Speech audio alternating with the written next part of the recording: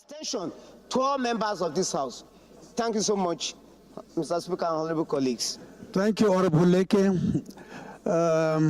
You have made a very valid point, and the leadership will take up this matter. Thank you very much for your contribution.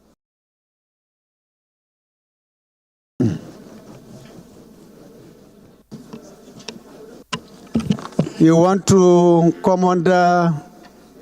Okay, go ahead.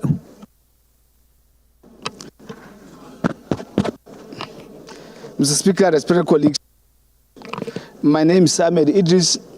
I represent a federal constituent of Plateau State. Mr. Speaker, respected colleagues, I want to come under Order 8, Rule 2 of urgent public importance on the need for the leadership of the National Assembly to intervene in the failure to swear in some newly elected members of the Plateau State House Assembly.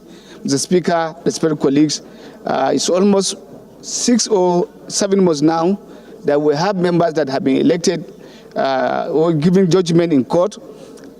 We have some select few that have been sworn in, and there are many refuse to be sworn in.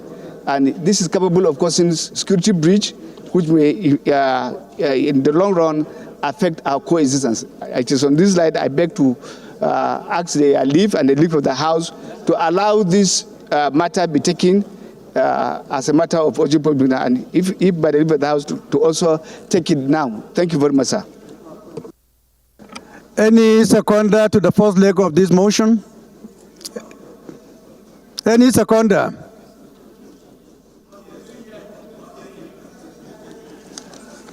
Honorable Wase, can you clarify the subject matter of this motion? I think there was somebody that was raising, sir. Maybe he didn't see, sir. Pardon? The subject matter is this, sir. There was a court judgment that was given in relation to national election, and that court judgment also affected some members of the National Assembly, which you have aptly, in your own case, sworn in all the members that were affected. Till the Assembly have not been. Mr. Speaker, some of them were actually sworn in under a condition that they have to now sign. It's okay, Honorable. I think he's just interested in knowing the subject matter. Thank you, so sir. That they will be well guided. Thank you. So any seconder, Honorable Alims. Thank you, Mr. Speaker, distinguished honorable colleagues. I am from Kogi State, and I remain Honorable Abdullah Ibrahim Halims. I rise to second the motion as ably moved by.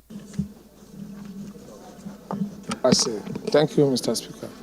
Those in support of this motion should say aye. Those against should say nay. The ayes have it.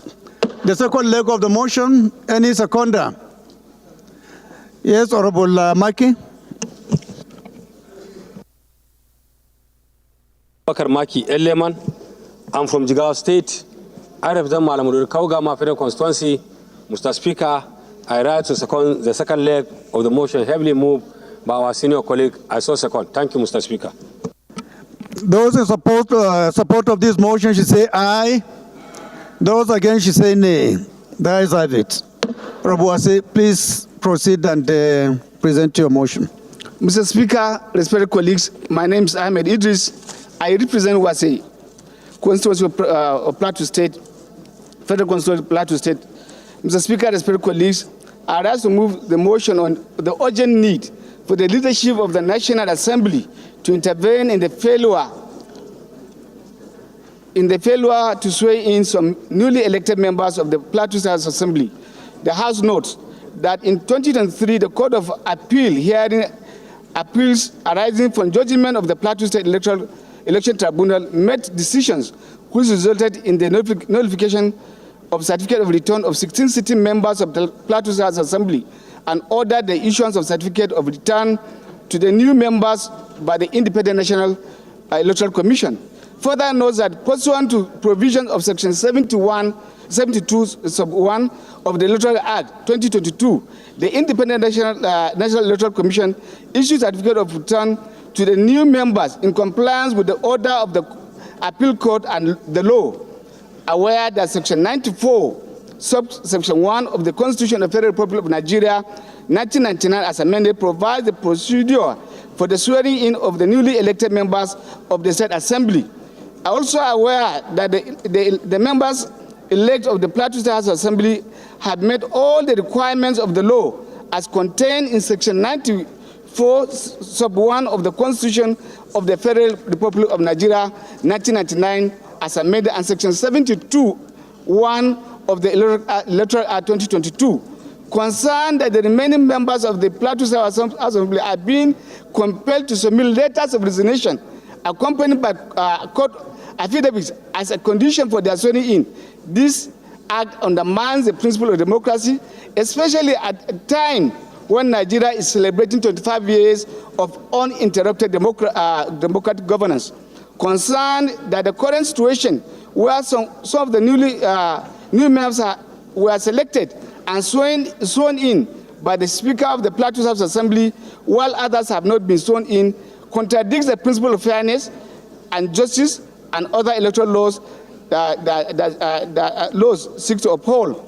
Disturb that failure to address the delays or biasness of the swearing of these new members elect in the total is a total denial of the voices of other constituencies in Plateau State and undermines our commitment to justice, fairness, and the principle of democracy, and poses a threat to security in the state.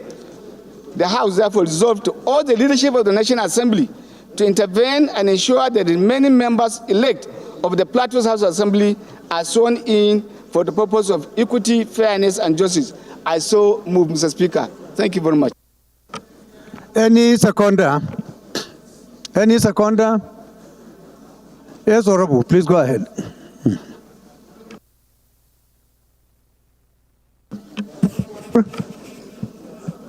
I've ceded to Honorable Gobir. You do not you, Gobir.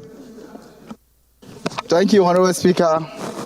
My honorable colleagues, I remain Honorable Bargaja Mohammed, member representing Isa and Sambin Federal Constituency. I read to second the motion able by my leader, Mr. Speaker. I so second.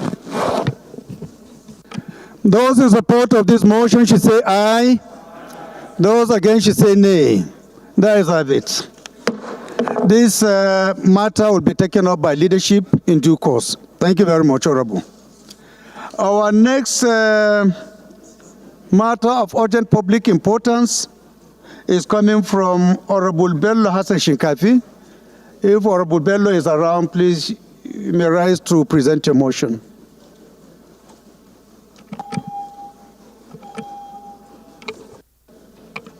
Thank you, Mr. Speaker. My honorable colleagues, my name still remains Honorable Bello Hassan Shinkafi, member representing Shinkafi Federal Constituency.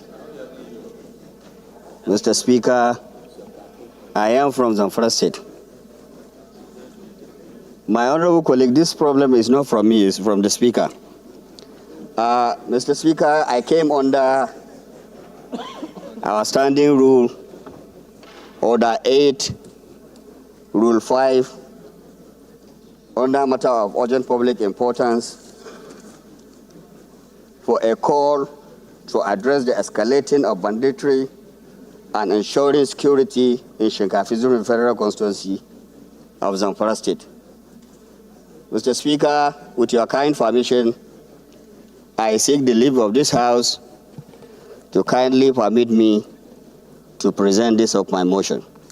Thank you.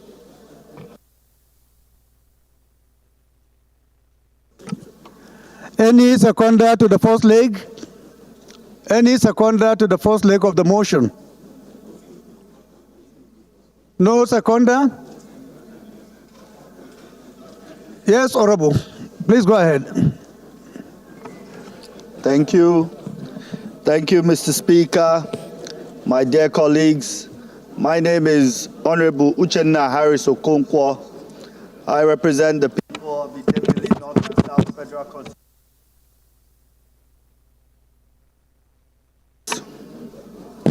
I rise this morning to second the first leg of the motion that this motion is urgent enough to be heard. I so second.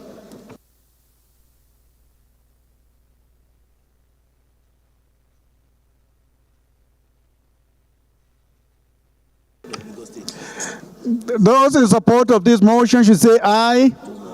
Those against should say nay. The ayes have it. The second leg of the motion, any seconder? Any seconder to the second leg? Yes, Honorable, please go ahead.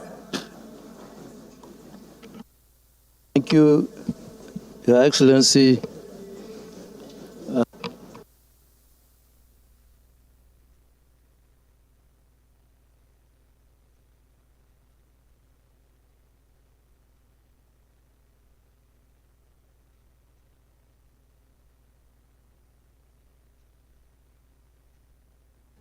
Is your microphone on? It doesn't appear so. Thank you, Your Excellency. My name is Honorable Isa Muhammad Anka. I'm from Anka, Talata, Mafara constituency, Zamfara State. I stand before you, sir, to support the second leg of the motion, that it is urgent enough to be heard. I so second. Honorable Salami.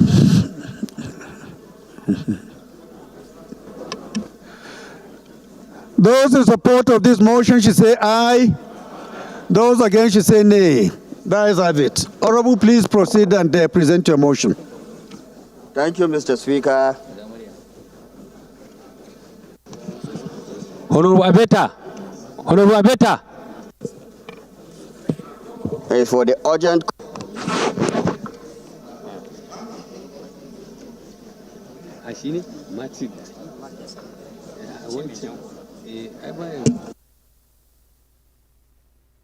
Order, please. Order.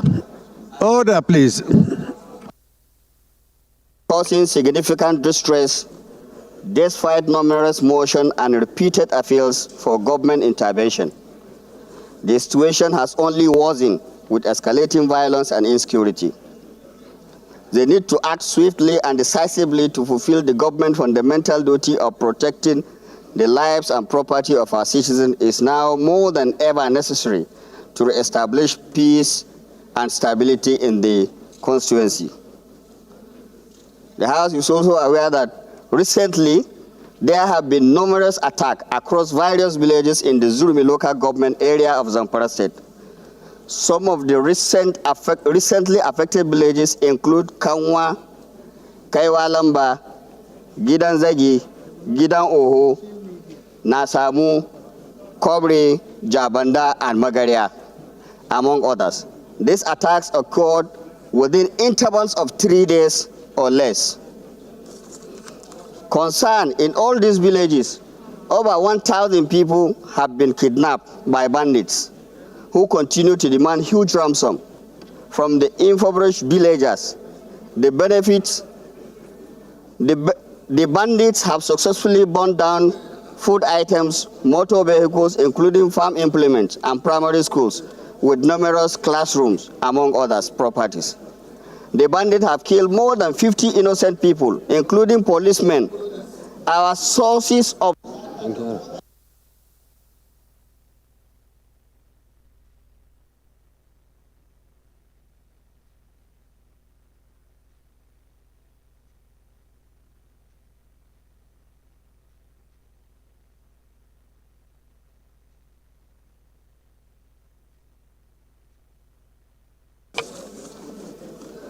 also concerned, this rampant banditry is severely affecting food security in Zamfara State and Nigeria as a whole.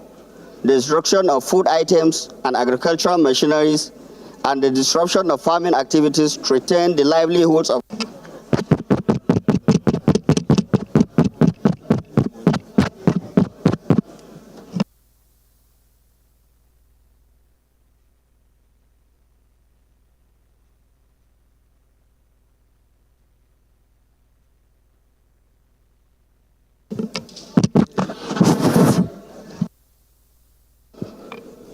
worried that the persistent banditry in Zamfara State is driving a significant increase in poverty levels.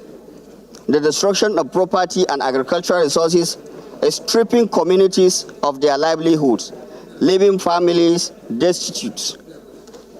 The demand for ransom further impoverished already struggling villagers, pushing them deeper into financial hardship as insecurity triples economic activities.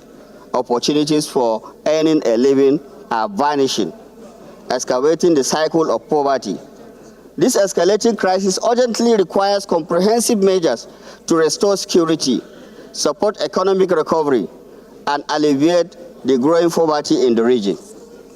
The House resolve call on the Nigerian Armed Forces, the Nigerian Police, other security agencies of the federal government to be proactive and committed in the fight against insecurity and ensure that adequately equipped security personnel are urgently and immediately deployed to repel the insurgent and secure Shinkafi Zurmi Federal Constituency as well as the entire Zamfara State.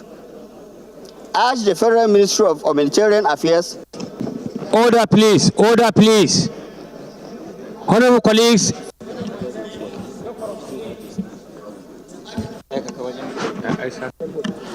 Order. To the victim of ravaging disaster of Zurmi. Honorable Washam, Order, go to your please. seat. Order. An emergency. So we can't hear. Any seconder to this motion? Yes, Honorable. Go ahead. Thank you, Your Excellency. The Right Honorable Mr. Speaker. Honorable Inwa, please.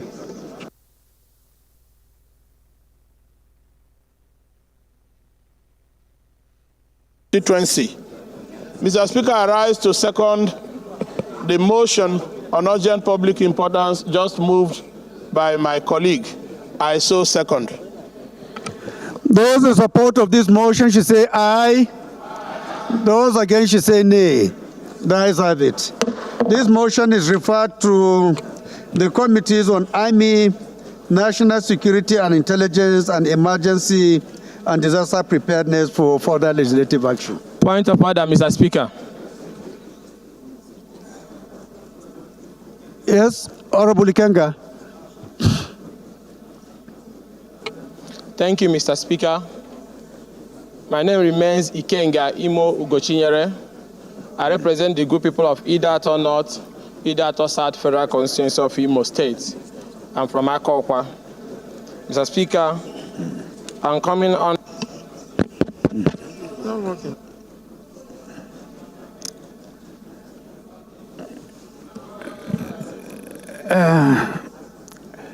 Sorry. Is the House Services chairman around? The sound system is still not very, very good. What are you really doing about that? Mics are working. Chairman, House Services, Clerk. Chairman, House Service. Please, Honorable Ikenga, maybe you can sit down for a while. Let's hear what is happening about the sound system, please. So,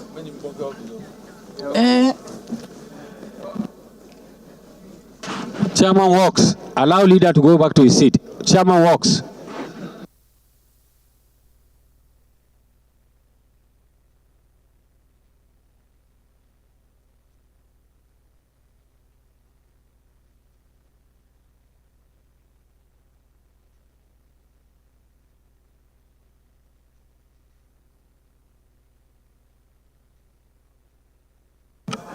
Honorable Ikenga, please try it again. If the sound is loud enough, you can continue.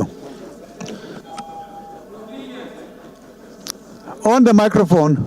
Thank you, Mr. Speaker.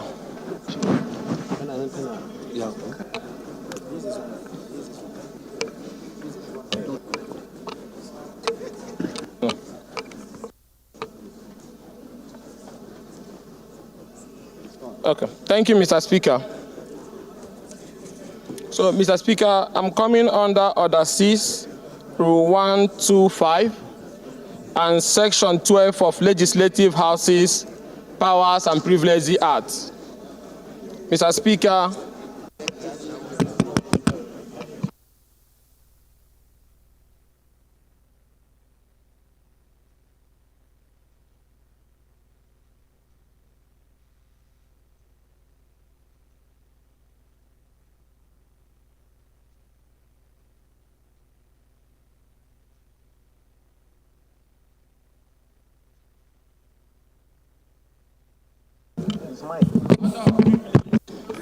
order of privilege led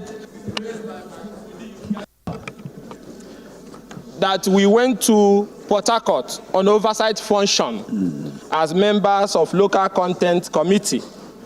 Mr. Speaker, if you go to page 38 of the directory, the membership of local content committee, we are not members of local content committee.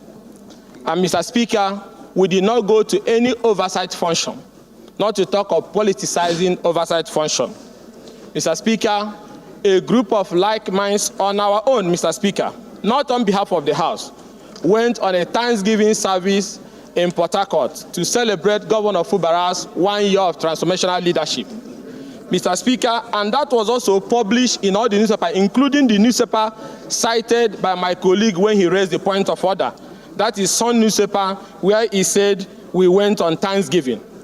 Mr. Speaker, he deliberately and maliciously spread falsehood on the floor of this parliament when he said we went for oversight function, thereby committing contempt of parliament and misleading this parliament. All of us that went to Port Harcourt here, about 40 of us, specifically mobilized ourselves and went to Port Harcourt for the sole purpose of celebrating with Governor Fubara for his transformational leadership and not politicization of oversight function. That was belittling of our status.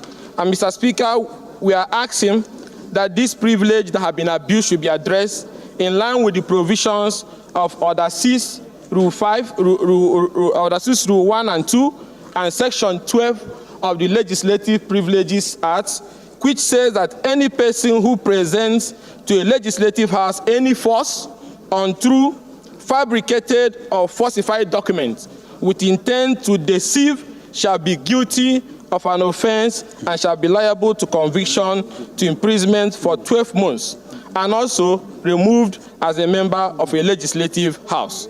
Mr. Speaker, I so move. Okay, Paul. Thank you, Honorable Kenga. Your point of order is noted, and leadership will intervene in this issue. You will be invited along with other affected members for discussions in due course. Thank you very much.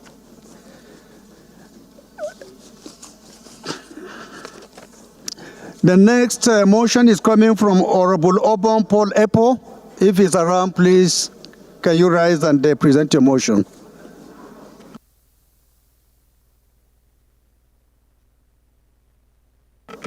Honorable Obon Paul Epo.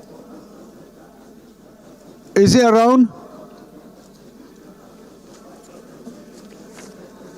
The next motion is coming from Honorable Uchenna Harris Okonkwo. Please go ahead. No, Honorable. Where were you when I was calling you? Your Excellency, I didn't hear my name. I'm a board of Mitema. Is he the one? I'm a board of Mitema, sir. He's not the one. Did I call your name?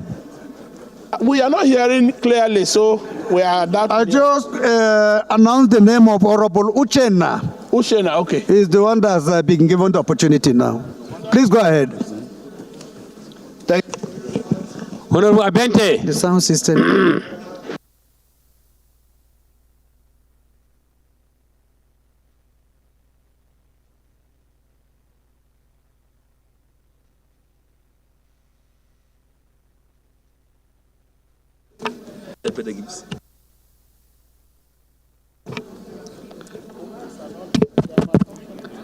I represent the good people of Idemili North and South Federal Constituency, and that is in Anambra State. Mr. Speaker, my dear colleagues, I rise today under under 8, Rule 5, to move a motion on public urgent importance on the need to investigate the Heritage Bank crisis and to protect depositors' interest. Mr. Speaker, I also seek that our House rules are suspended in order for me to take this motion. I so move.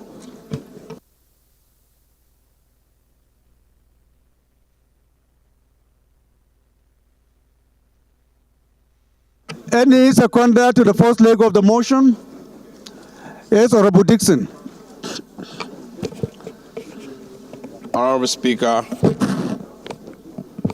distinguished colleagues, I remain Honorable Dixon Taki OON.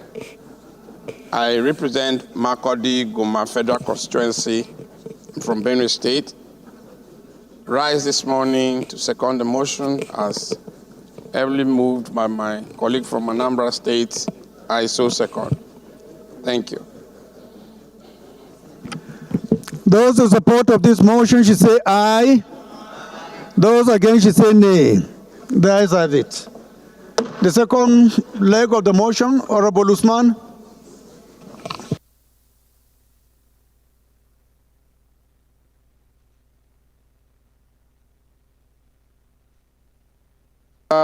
Representing people of Patagarawa, Cheren Chirimi from Katsina State, I rise this morning to support the second leg of the motion moved by my friend, Honorable Uchenna. I so second.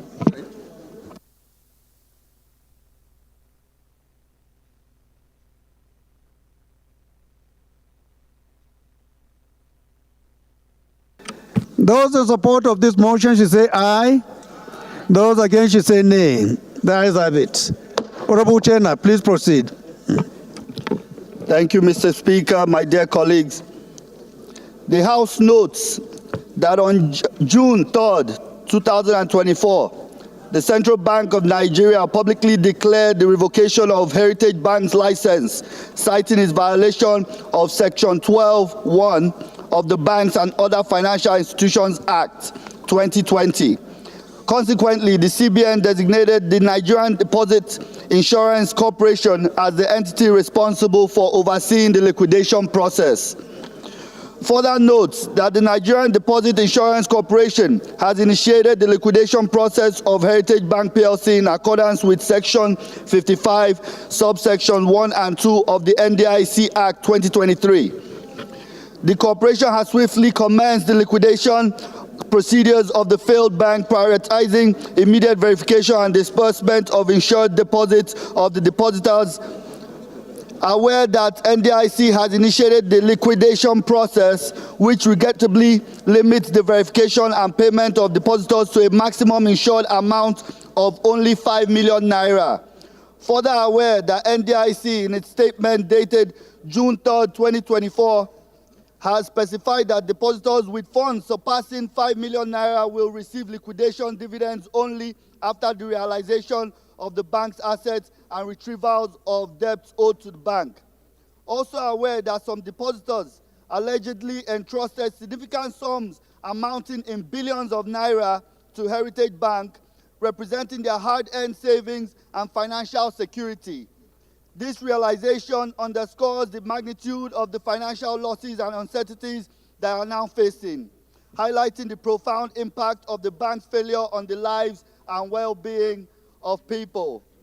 Concern that amidst the prevailing economic challenges in Nigeria, the financial stability of its citizens has been significantly compromised, limiting compensation to 5 million naira only is deeply inadequate to alleviate the substantial losses experienced by depositors who have placed their trust in Heritage Bank, exacerbating their financial distress and uncertainty. Also deeply concerned about CBN's failure to promptly disclose the financial instability of Heritage Bank, which has left depositors vulnerable to unexpected financial losses. This lack of transparency has not only eroded public trust in the banking system and regulatory bodies, but has also intensified the distress and uncertainty faced by depositors who relied on the bank for their financial security. Further deeply concerned by allegations suggesting that CBN had prior knowledge of the bank's deficiencies for an extended period but failed to enact timely corrective measures, this underscores the pressing need for a thorough review of regulatory oversight mechanisms, and it is unjust for depositors to suffer the consequences of regulatory inaction. Such a review is essential to restoring confidence in the regulatory framework and ensuring the protection of depositors' interests. The House resolves to urge the Nigerian Deposit Insurance Corporation, NDIC, to conduct a comprehensive review of its operations and the effectiveness of its mandate to ensure that it is adequately equipped and resourced to fulfill its role as depositors, insurer, and investor of failed banks. The House urges that the Central Bank of Nigeria conduct a thorough investigation of the leadership and management of Heritage Bank to identify any possible issues of mismanagement or wrongdoing that may have contributed to the bank's failure. The House urges that the Nigerian Deposit Insurance Corporation and other pertinent authorities to carefully reassess the current compensation scheme with a view to offering more meaningful relief to depositors who have experienced financial losses. The House further urges that the Nigerian Deposit Insurance Corporation, on limitations of the current deposit insurance coverage, the Federal House of Representatives should consider regulatory amendments to increase the maximum insured amount to better protect depositors' interests. This adjustment would provide greater financial security for depositors.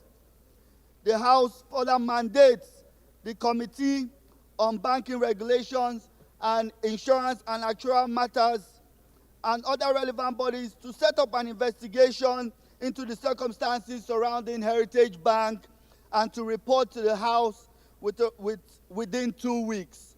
Mr. Speaker, dear colleagues, I so move.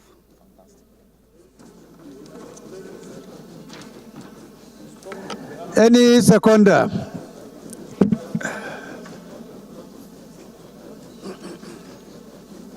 Honorable Regina?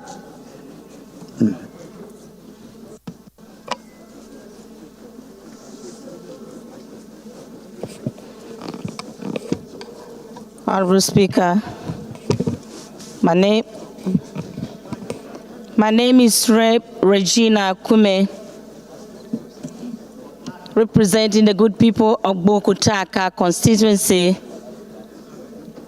Mr. Speaker, I'm from Benue State. I stand here to second the motion moved by my deputy, and I said,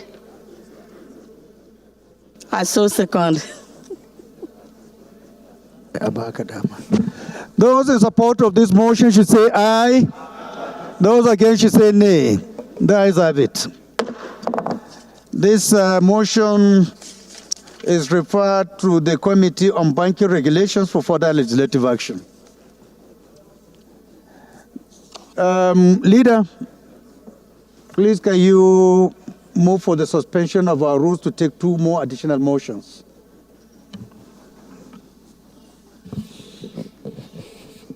Mr. Speaker, I'm Professor Julius Ihonvere, O1 Federal Constituency, Edo State. I rise to move that we suspend relevant sections of our rules to enable us to take more of these motions. I so move. Minority Leader. Mr. Speaker, my dear colleagues, I rise to second the motion that we suspend relevant portions of our rules to accommodate more than 3 motions of urgent national importance. I so second. Leader, is it your throat has cleared? Where is it that of the leader has not cleared that way? Mr. Speaker, I've cleared everything. Anybody can use the microphone now. God bless you. Those in support of this motion should say aye. Those against should say nay. The ayes have it. The next motion is coming from Honorable Isa Mohammed Anka. If Honorable Anka is around, please can you rise and present your motion?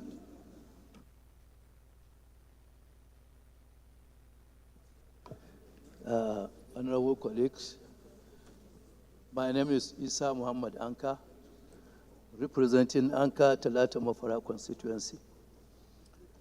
I stand here under Order 8, Rule 5 of the House Rules on the motion of urgent public importance on the breakdown of security in Anka and Talata Mafara local government areas of Zamfara State through incessant banditry attacks.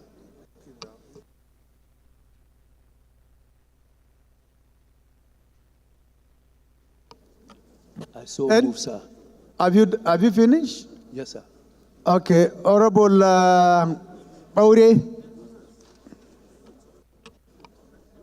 Thank you very much, Mr. Speaker, my distinguished honorable colleagues. My name is Honorable Sani Lawal, representing Zongo Bore Federal Constituency. I'm from Kaduna State.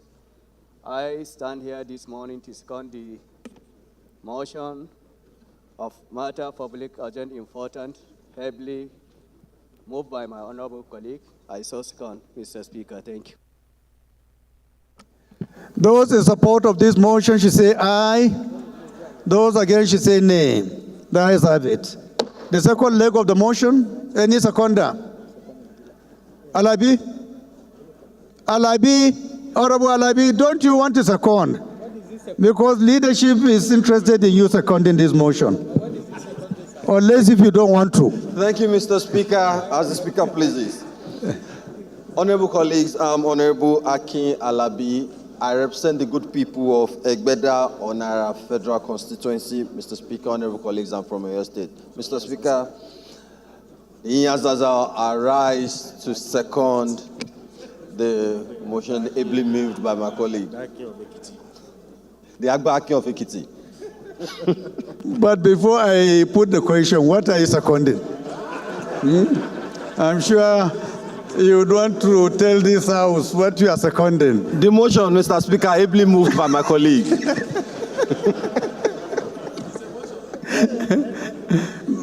Those in support of this motion should say aye. Those against should say nay. The ayes have it. Honorable Anka, please can you proceed and lead the debate? Thank you, Your Excellency. The House is here invited to note that recently there have been increased banditry, kidnappings for ransoms, killings and displacement of indigents in some villages in Talata Mafara and Anka local government areas of Zamfara State, which has affected the entire lives of our people. As a matter of fact, in the last few weeks or so, our people were being kidnapped on a daily basis. The House is also invited to know that recently in Talata Mafara local government, 71 people were kidnapped from Makera village, 65 were kidnapped from Jangeva village, and 50 people were kidnapped from Bobo village, where the kidnappers also killed the district head. On the other hand, over 150 were kidnapped from various villages of Anka local government area. Aware that some of the kidnapped people have already been killed, even after payments of ransom by their families, while some are still held hostage by their abductors. This has made life for our people. This has made life jittery for our people. Worried that the incessant attacks, kidnapping, and killings of our people, if allowed to linger unchecked, may further excavate the already worst situation, and as such, deserve to be given an urgent, very, very urgent attention for our security agents. Cognizance of the importance of security to lives and properties of citizens which is the constitutional responsibility of the federal government. There is an urgent need for our security agency to pay a special attention to Anka, Talata local government of Zamfara State, with a view to controlling the alarming banditry, kidnappings, and killings, which have significantly affected the life of innocent residents, and is putting fear in the minds of visitors, travelers passing through the two local governments. The House resolved to mandate the Chief of Army Staff to initiate a special military operation in the affected areas of both Anka and Talata local governments, with a view to dealing with issues enunciated above. The House is also resolved to mandate the Chief of Air Staff to ensure regular and continuous air surveillance in the affected areas, with a view to identifying hideouts of bandits and crashing them entirely. The House is also resolved to mandate the National Commission for Refugees, Migrant and Internally Displaced Persons to look into derelict circumstances of internally displaced persons camps in Anka, Talata local government, with a view to renovating, making them habitable or functional to accommodate internally displaced persons and persons who may be running away from bandits and kidnappers. The House resolved to consider the possibility of the committees on Army, Police, Air Force, Defense, and NSIA visiting the affected areas with a view to ascertaining and confirming the poor state of insecurity in these places. I so move, sir.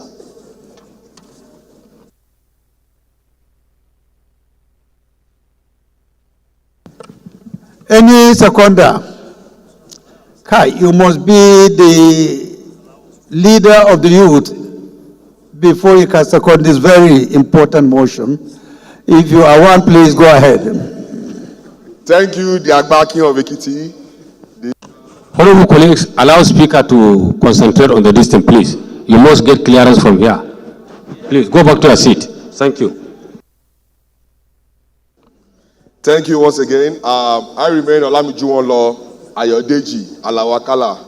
I represent the good people of Ogumosho North, Ogumosho South, and Orire constituency. Mr. Speaker, I'm from the Plateau State, Oyo State. Mr. Speaker, I rise this morning to second the motion as ably raised by my senior and advanced youth. I so second. Yazazao. Those in support of this motion should say aye. Those against should say nay. The ayes have it. This motion is referred to the committees on Army, Police, Air Force, Defense, and NSI for further legislative action, with Committee of Defense being the lead. The last but not the least is a motion coming from Honorable Kalejai Adeboye Paul. If Honorable Paul is around, please kindly rise and present your motion. Thank you, Mr. Speaker. Mr. Speaker, the correct name is Honorable Paul Ekpo. Pardon? Paul Ekpo. Well, is Honorable Kalejai Adeboye around? If he is now, we can substitute his motion with yours. Mr. Speaker, dear colleagues, mine is not a motion, mine is an announcement. I've just given it to you. Oh. Thank you, sir. Thank you, thank you. Sorry for the mix-up.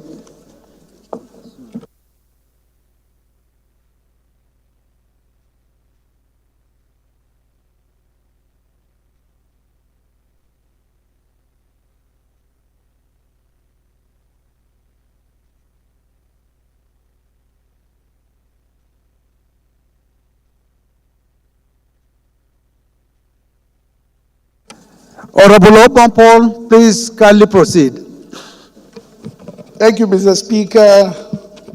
Honorable colleagues, good afternoon.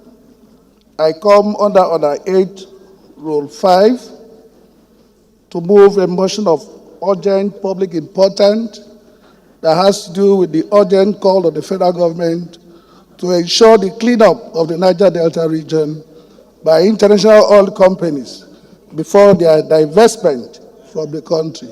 I so moved. My name is Reverend Paul Ekpo. I represent the people of Etinan, Nsedibom, and Nsrubium. I'm from Akwa Ibom State.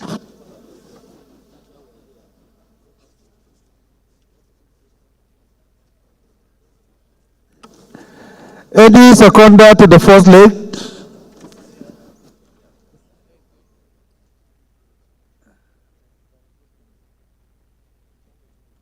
Any seconder? Yes, Honorable Al-Mustafa. Thank you very much, Mr. Speaker, sir, honorable colleagues. I'm Ibrahim Al-Mustafa Aliyu, member representing Wunaraba, Federal Constituency from Sokoto State. I rise to second the motion ably moved. I so second.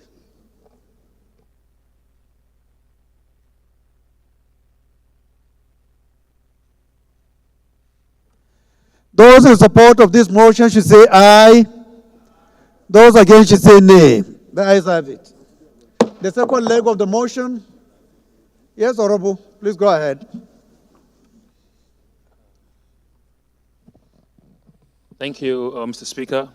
I rise today to support the second leg of the motion as ably moved by my colleague. Thank you. Those in support of this motion should say aye. Those against should say nay. The ayes have it. Honorable Epo, please proceed. Thank you, Mr. Speaker. Once again, I remain Honorable Obong Paul Ekpo, member representing Etinan, Nsetibom, and Nsetubiom. I am from Akwa Ibom State. Mr. Speaker, the House notes the incessant spillages in the Niger Delta region of Nigeria and the ruination of the region's environment, human health, and traditional livelihoods. They also note that there were about 9,870 spill incidents between the year 2011 and 2021, which released a combined 466,214 barrels of oil into the environment. According to data from the National Oil Spill Detection and Response Agency, NOSDRA, and that there are about 1,146 publicly available oil spill records in the year 2023. Further note that about 16,000 infants in the Niger Delta died within the first month of their life in the year 2012 because of oil spills, according to a 2019 study published in the Proceedings of the National Academy of Sciences journal by researchers at the Swiss Institute for International Economics, University of St. Gallen. Worried about the planned divestment by international oil companies from Nigeria under the guise that the oil from the Niger Delta is no longer suitable for their businesses, without a clear-cut remediation plans for the Niger Delta region. Concerned that oil spillages caused by international oil companies have continued to negatively affect the Niger Delta region's environment, decreasing its agricultural productivity due to farmland degradation and causing pollution of traditional fishing grounds and destruction of aquatic life. Aware that oil spillages caused by the international oil companies have continued to negatively affect the Niger Delta region's environment, decreasing the agricultural productivity due to farmland degradation and causing pollution of traditional fishing grounds and destruction of aquatic life. Aware of the need to conduct a comprehensive and thorough cleanup of the different communities affected by the oil spillage in Niger Delta region. Disturbed that if international oil companies are allowed to divest from Nigeria without cleaning up the Niger Delta, the region will continue to suffer from environmental degradation and health complications caused by their operations. This motion seeks to urge the House to urge the federal government to ensure that international oil companies clean up the Niger Delta region before divesting from the country. Mr. Speaker, I so moved. Any seconder? Honorable Miriam. Thank you, Your Excellency, Mr. Speaker. My name is Ete Okbolupum. I represent the good people of Ekiti, Una, Esreke, and Imon Federal Constituency. Mr. Speaker, I rise this afternoon to second the motion, heavily moved by my colleague. I say second. Those in support of this motion should say aye. Those against should say nay. The ayes have it. This motion is referred to the Committee on Environment for further legislative action. Next motion is coming from Honorable Umar Shehu Ajilo. If he's around, please can you rise and present your motion.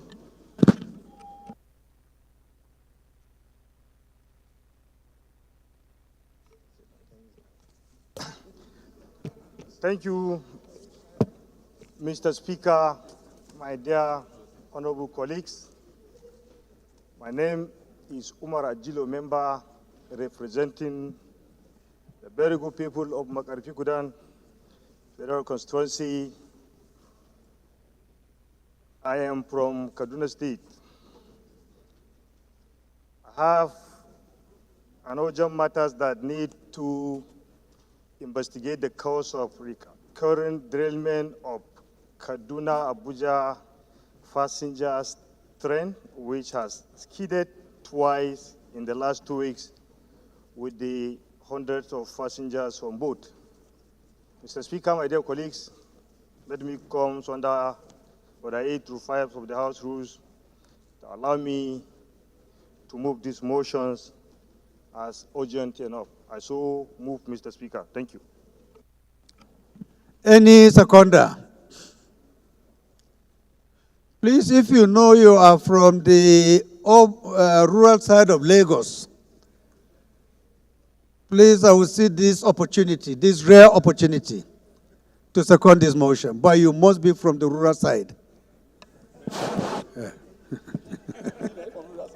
Right, Honorable Speaker, the Ian Zazao, the Agba King of Ekiti land, the Otumba of Ikorodu. I stand. My name is Baba Jimmy Benson. I represent the Ikorodu Federal Constituency, the Miami of Lagos. I stand to second this motion, ably moved by my colleague. Those in support of this motion should say aye. Those against should say nay. The ayes have it. The second leg of the motion, any seconder? Yes, Honorable, please go ahead. Thank you so much, Mr. Speaker. My name is Honorable Mark Chidi Obeta, the member representing Nsukka Igbize South Federal Constituency. I'm from Enugu State. I rise to second the motion that we suspend our rules and take this very important matter of public importance. Thank you. Those in support of this motion should say aye. Those against should say nay. The ayes have it. Yes, Honorable Ajilo, please proceed. Thank you, Mr. Speaker. My dear colleagues, Umar Ajilo is my name, again, member representing Makarfi-Kudan Federal Constituency. I am from the northwestern Nigeria of Kaduna State, also from the top Zazo Emirate Council. Mr. Speaker, my dear colleagues, the House notes that the rail transportation is presumed to be the safest mode of transportation at worldwide. However, the recent trend of recurring derailment of Kaduna-Abuja train services proves otherwise, a situation which calls for our collective concern. Mr. Speaker, my dear colleagues, concerned that the Kaduna-Abuja train service convey a significant number of passengers and goods from Abuja to Kaduna and vice versa, which play a huge economic and social role in Nigeria.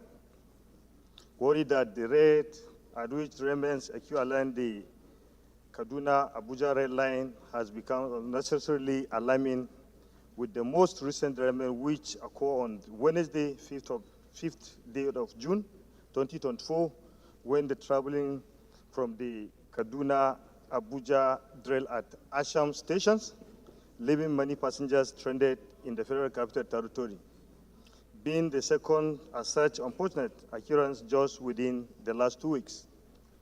This House recalled that on May 26, an Abuja-bound train on Sunday derailed along the Abuja-Kaduna route, leading to the passengers being stranded in the Jere area of Kaduna State.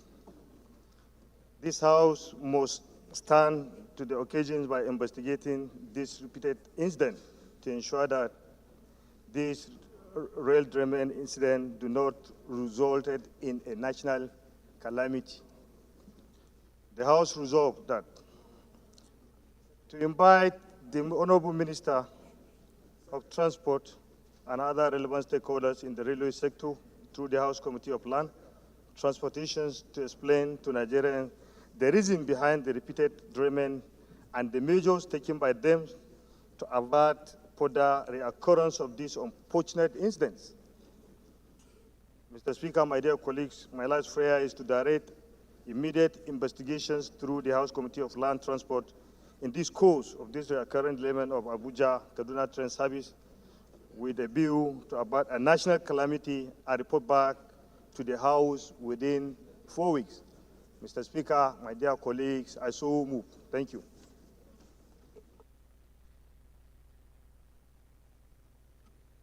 Any seconder? Honorable Jallo, this is a Kaduna State affair. Right, Honorable Speaker, my colleagues, I'm Hussaini Mohammed Jallo, representing Ekiti Federal Constituency of Kaduna State. I hereby second the motion ably moved by my friend and colleague. I so second. Thank you. Those in support of this motion should say aye. Those against should say nay. That is have it. This motion is referred to the Committee on Land Transport for further legislative actions. Honorable colleagues, I have some important announcements. The first one is coming from the presidency. It's in respect of activities marking June 12th, Democracy Day tomorrow. The President, His Excellency Bola Ahmed Tinubu, GCFR, invites all members of the House of Representatives to the Democracy Day Parade, scheduled to hold as follows. Date, Wednesday, 12 June 2024, time 9 a.m. prompt. Venue, State House Conference Center, Abuja. Dress, lounge suit, and national attire. All presiding officers are to be seated in the state box, while all other members and invited guests are to be seated at 8:30 a.m. in pavilions A and B as designated. Members are advised to bring along their invitation, access card, and their official ID cards. 25th Nigeria Democracy Anniversary Dinner as well. Members are invited. The dinner will take place same day tomorrow, Wednesday, 12 June 2024. Time 7 p.m. prompt. Venue, State House Conference Center, Abuja. Dress, lounge suit, and the national attire. All members are expected to be seated by 6:30 p.m. Members are advised to bring along their invitation and access card and their official ID cards.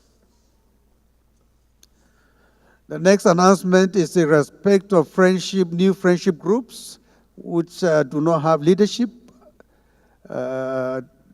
This as follows. Croatia will have Honorable Kelechi Nwogu as the chair. Grenada, Honorable Isosa Iyawe.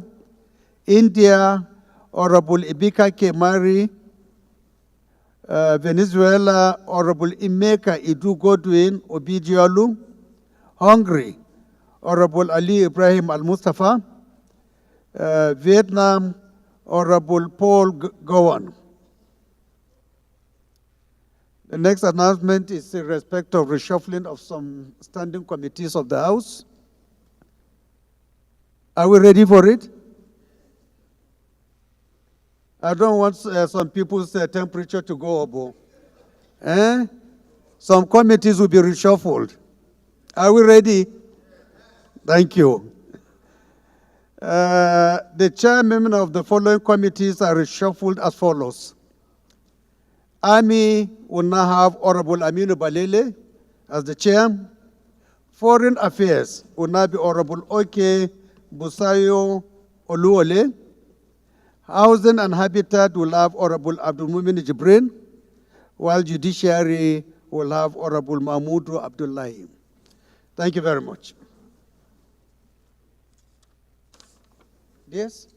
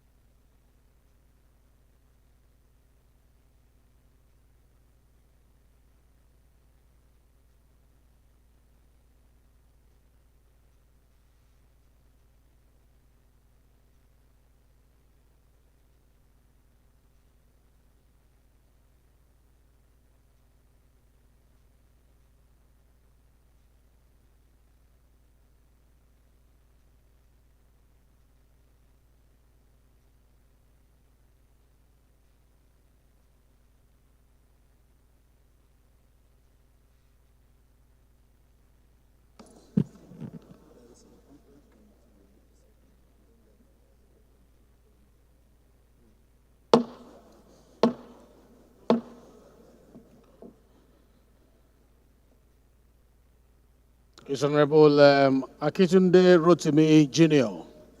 in the House. If you are, please move your motion of urgent public importance. Thank you very much, Mr. Speaker. Akitunde Rotimi Jr., member representing Ekiti North 1 Federal Constituency, which comprises the Kole and Oye local government. Mr. Speaker, I stand on the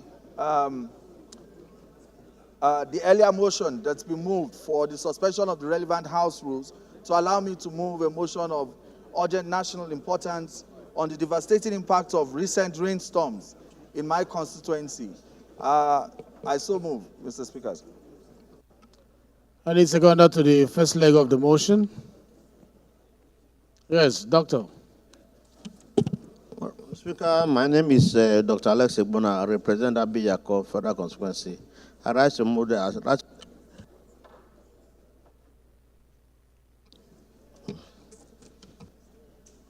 Those in support of this motion say aye. Those in support of the motion say aye. Aye. Those against say nay. The ayes have it. The second leg of the motion, any seconder, please? Any seconder to the second leg of the motion? Yes. Thank you, Mr. Speaker. I am Honorable Engineer Emeka Idu G. I represent Onitsha North and Onitsha South Federal Constituency. Mr. Speaker, I rise to second the second leg of the motion ably moved by my colleague. I so second, Mr. Speaker. Thank you very much. Those in support of this motion say aye. Those in support of this motion say aye. Those against say nay. The ayes have it. Honorable Rotimi, you can now move your motion. Thank you very much, Mr. Speaker, honorable colleagues. This motion is on the need to address the devastating impact of recent rainstorms on lives and property in Itakwaji, Ekiti, in Okole local government, and Omuijelu in Oye local government in Ekiti North 1 federal constituency. Mr. Speaker, the House notes the devastating rainstorms that have recently affected Itakwaji, Ekiti in Okole local government and Omuijelu in Oye local government. Also notes the significant damage that has been caused to residential and commercial properties, public infrastructure, farmlands, and other vital assets. The House is concerned that the severe impact of the rainstorms on the lives and livelihoods of residents, including displacements of families, loss of property, and the disruption of economic activities, has caused untold hardship to the affected persons. Mr. Speaker, I'll just go straight to the prayers. The House resolves to urge the National Emergency Management Agency to promptly assess the extent of damage caused by the rainstorms in Itakwaji, Ekiti, in Ikole local government, and Omuijelu in Oye local government, and to provide immediate relief materials to the affected residents. The House also calls on the Federal Ministry of Works and Housing to collaborate with relevant state and local government agencies to undertake the reconstruction and repair of damaged infrastructure, including roads, bridges.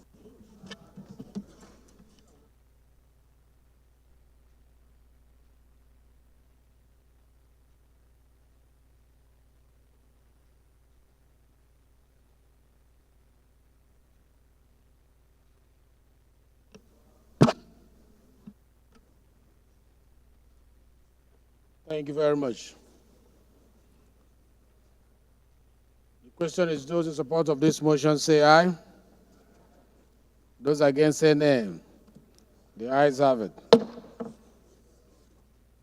This is referred to Committee on NEMA and Committee on Housing, as well as Committee on Works.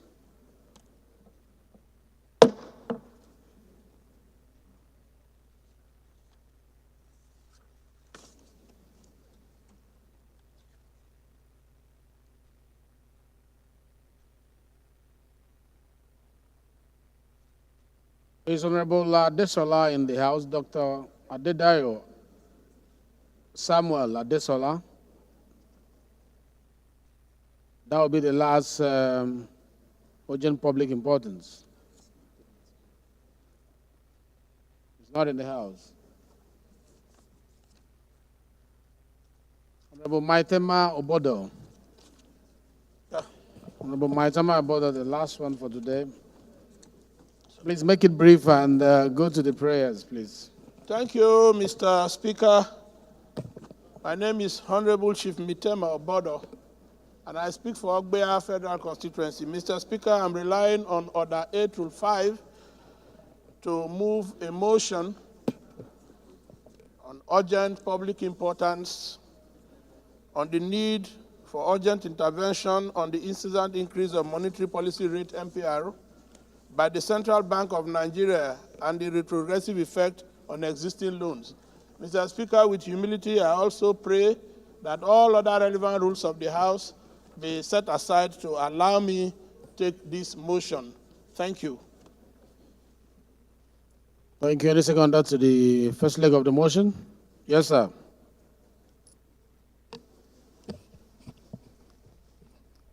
Mr. Speaker, honorable members, I'm Honorable Said Yusuf Miga. I represent Jahu Miga Federal Constituency. I'm from Jigawa State. I rise to second the motion ably moved by my deputy. Those in support of this motion say aye. Those against say nay. The ayes have it. Any seconder to the second leg of the motion? Yes, madam. Madam, go ahead. Okay. The Right Honorable Speaker.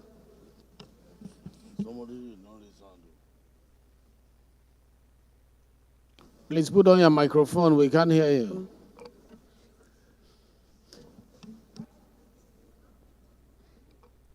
The Right Honorable Speaker, my dear colleagues, I remain Representative Marie Enenimiete Ebikake, representing the good people of Bras Nembe Federal Constituency. I rise this afternoon to second the second leg of the motion ably presented by my colleague. I so second. Thank you very much. Those in support of this motion say aye. Those against say nay. The ayes have it. Honorable Maitama, you can go ahead. Thank you, Mr. Speaker. Once again, Honorable Chief Mitema of Bodo, Ogbeya Federal Constituency. Mr. Speaker, in the spirit of the House, I will take just 3 paragraphs and go straight to the prayers.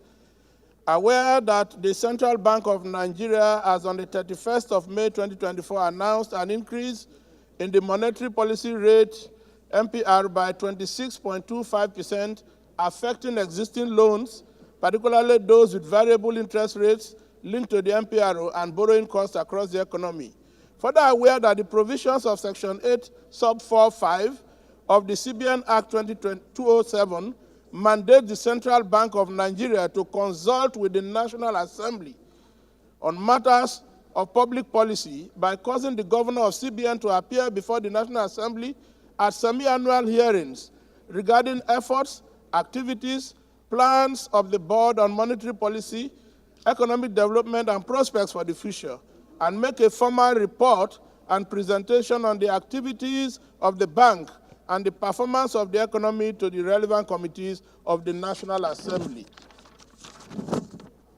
Concerned that the increase in the monetary policy rate is a matter within the purview of public policy that requires the Central Bank of Nigeria Monetary Policy Committee to consult with the National Assembly before implementation. Also concerned that the Central Bank of Nigeria and its Monetary Policy Committee did not see it necessary to adhere to the sections of the CBN Act which provides for the CBN consultation with the National Assembly on matters of public policy before implementing the 26.25 increase in monetary policy rate. Further concerned that the economic stability and financial well-being of individuals and businesses heavily rely on predictability and stable borrowing costs. Worried that the CBN increase in monetary policy rate on the 31st of May 2024 was the second hike in MPR within 3 months, after a 24.75% increase in March 2024. And there is no consequential provision for the protection of existing loans from the adverse effect of increase by the Central Bank of Nigeria to align with the principles of legal non-retrogression.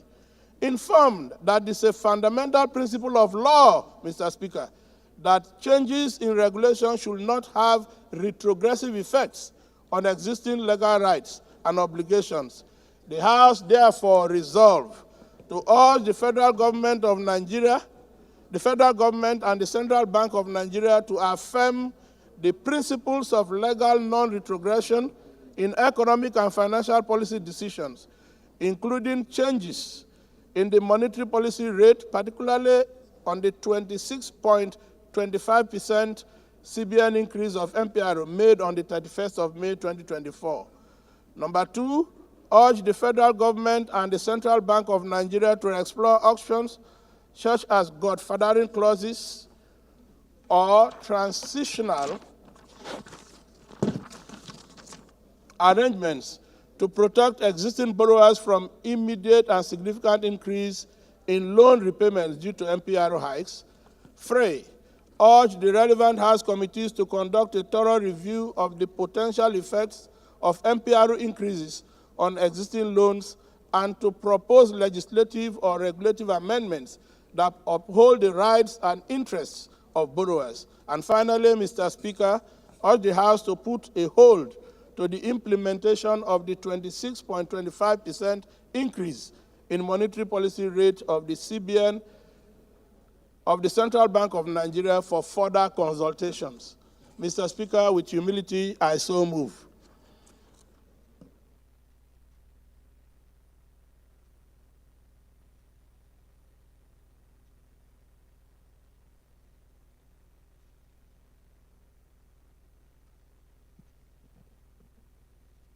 Yes, please. Second.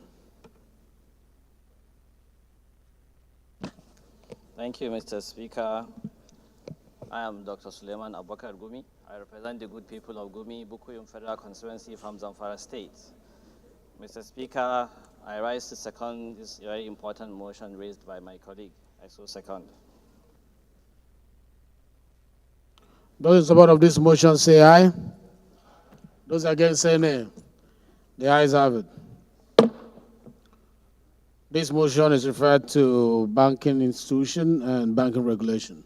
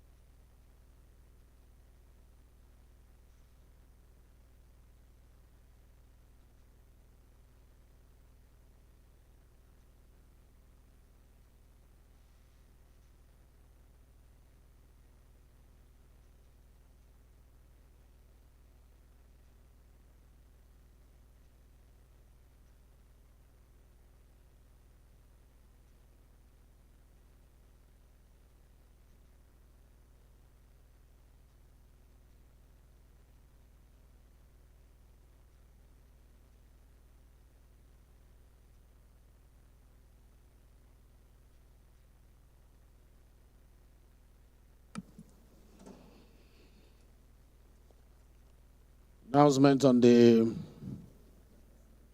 formation of conference committee on a bill for a bill on judicial officer salaries and allowances. Members of this committee as follows.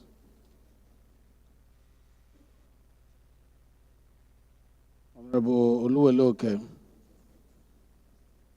Chairman.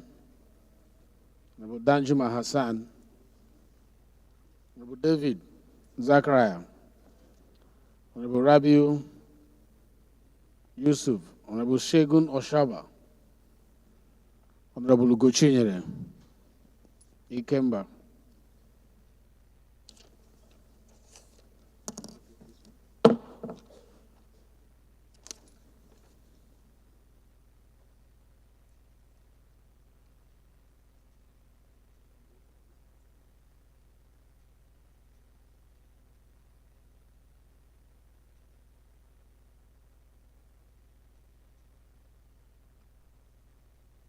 Minority Leader and Majority Leader, please. The clerk is coming to you.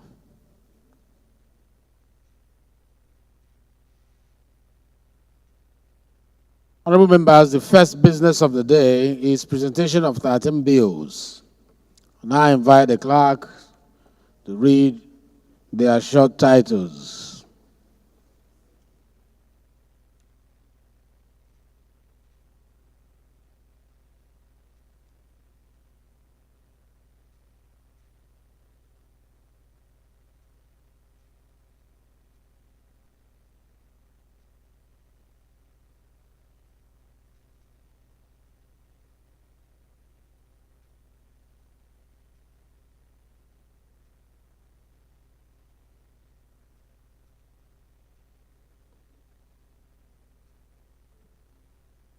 You should increase this microphone so that the members will hear the clerk, please.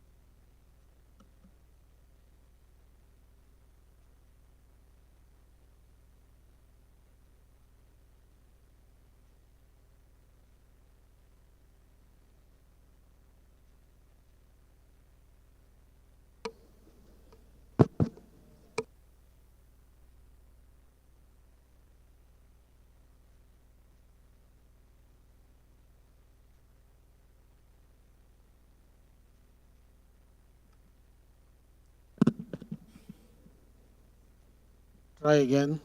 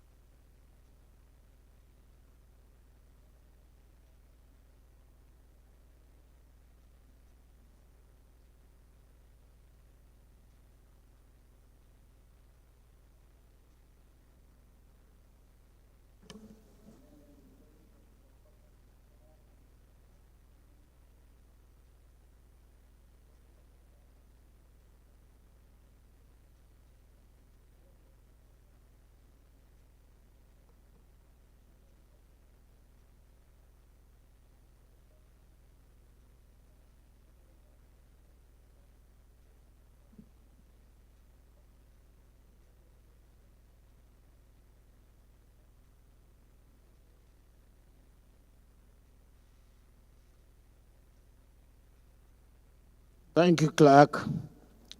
Please, the technical department, try and fix that because we are going to be handling money bills soon. And the committee of the whole and the committee of supply will speak from there. I'll call them to address that.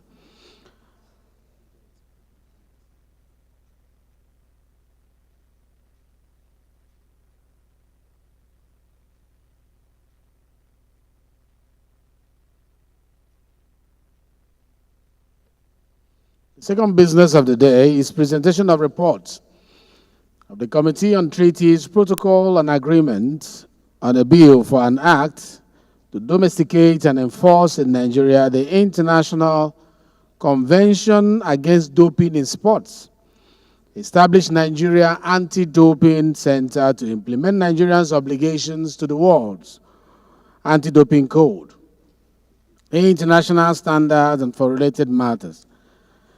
This is standing in the name of the Leader of the House. Honorable members will recall that the bill was referred to the committee on Thursday, 23rd May 2024. This report is ready for presentation. I hereby invite the Leader of the House to present the report. Leader, please.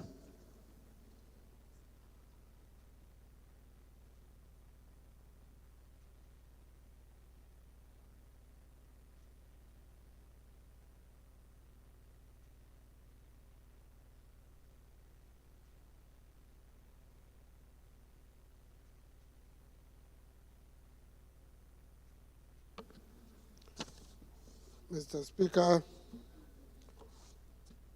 Professor Julius Yonvere, ON, DSSRS, representing Owan Federal Constituency, Mr. Speaker, I'm from Edo State, and I rise to move that the House do receive the report of the Committee on Treaties, Protocols, and Agreements on a bill for an act to domesticate and enforce in Nigeria the International Convention Against Doping in Sports, established Nigeria Anti-Doping Center to implement Nigeria's obligations to World Anti-Doping Code, international standards as for related matters, HB 1441. I so move.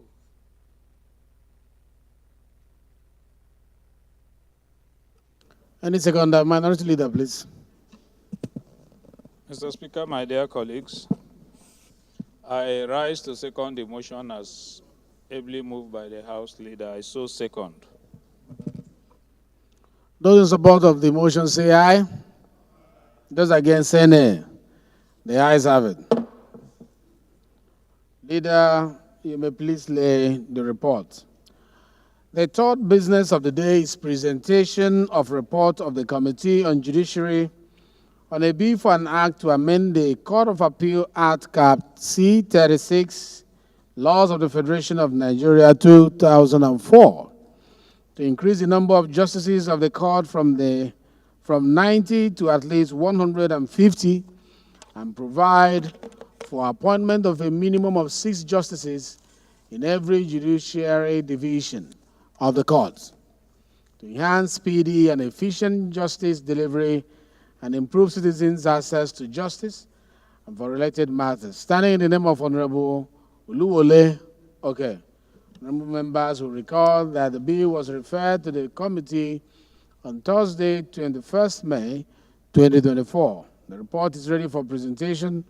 Honorable Oke is invited to present the report. Honorable Oke, please. Thank you, Mr. Speaker, my fellow colleagues. I am Oluwole Oke from Ijesha North, Osun State. Mr. Speaker, with your permission, I move that this House do receive the report of the Committee on Judiciary on a bill for an act to amend the Court of Appeal Act, Cap C36, Laws of the Federation of Nigeria, 2004, to increase the number of justices of the court from 90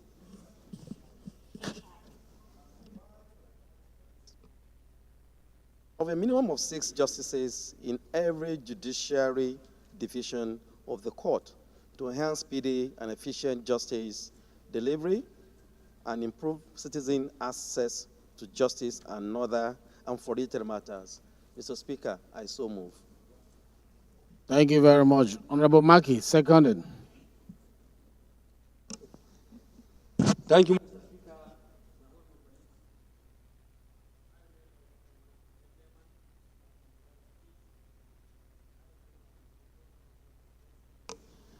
I stand to second the motion heavily moved by my senior colleague.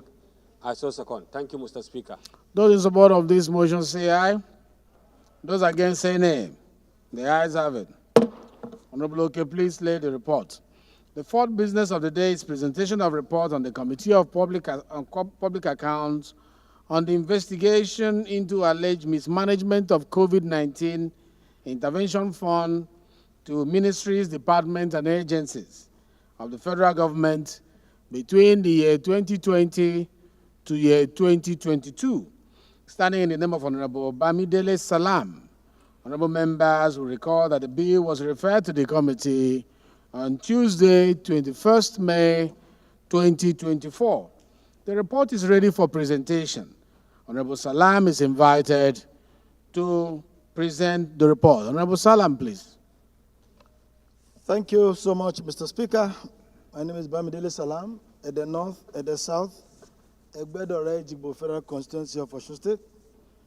Mr. Speaker, with your kind permission, I want to move that the House do receive the report of the Public Account Committee on investigation into alleged mismanagement of COVID-19 intervention funds to ministries, departments, and agencies of the federal government between the years 2020 to 2022. Mr. Speaker, I so move. Thank you. Any seconder to this? Yes, Honorable Chike. Thank you very much, Mr. Speaker. Very distinguished colleagues, I am Honorable Chike John Okafor, PhD. I represent the good people of Okigwe South Federal Constituency, comprising of Ehitubom, Mahimembano, and Obo local government areas. I am an Igbo man from Imo State. I rise to second the motion ably moved by Honorable Bamidele Salam. Mr. Speaker, I so second. Thank you. Thank you very much. Those in support of this motion say aye. Those against say nay. The ayes have it. Honorable Salam, please, you may now lay your report. Most distinguished colleagues, The first order of the day is commencement of debate on the general principles of a bill for an act to establish Northwest Development Commission, charged with the responsibility, among other things, to receive and manage funds from allocation of the Federation account, and international donors for the settlement, rehabilitation, and reconstruction of roads, houses, and business premises destroyed by multidimensional crisis, as well as tackling menace of poverty, literacy level, ecological problems, and any other related environmental and development challenges in the Northwest states and for related matters. And this is standing in the name of the House Leader.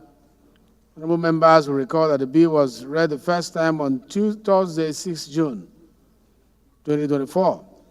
And I invite the leader to move that the bill be now read the second time. Leader, please.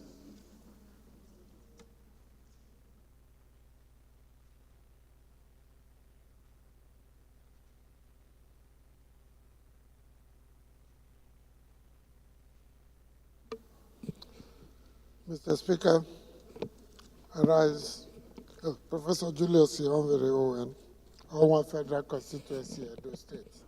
I rise to move that a bill for an act to establish Northwest Development Commission charged with the responsibility, among other things, to receive and manage funds from allocation of the federal account and international donors for the settlement, rehabilitation, and reconstruction of roads, houses, and business premises destroyed by multidimensional crisis, as well as tracking the menace of poverty, literacy level, ecological problems, and any other related environmental or development challenges in the Northwest states and for related matters, SB 90, be read the second time. I so move.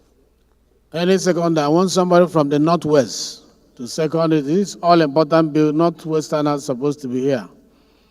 I want the seconder to come from Northwest. Kabiru, are you from Northwest? Please, second. Thank you very much, Mr. Speaker. I am Kabir Ibrahim Tukura, representing the good people of Zuru, Fakai, Donko, Sagua, and Sakawa Federal Constituency of Kebbi State, Northwest Nigeria. And I rise to second this all-important motion. I so second. Thank you. Those in support of this motion say aye. Those against say nay. The ayes have it. Leader, please, you may now lead your debate. Make it as brief as possible. Lead the debate on the Northwest.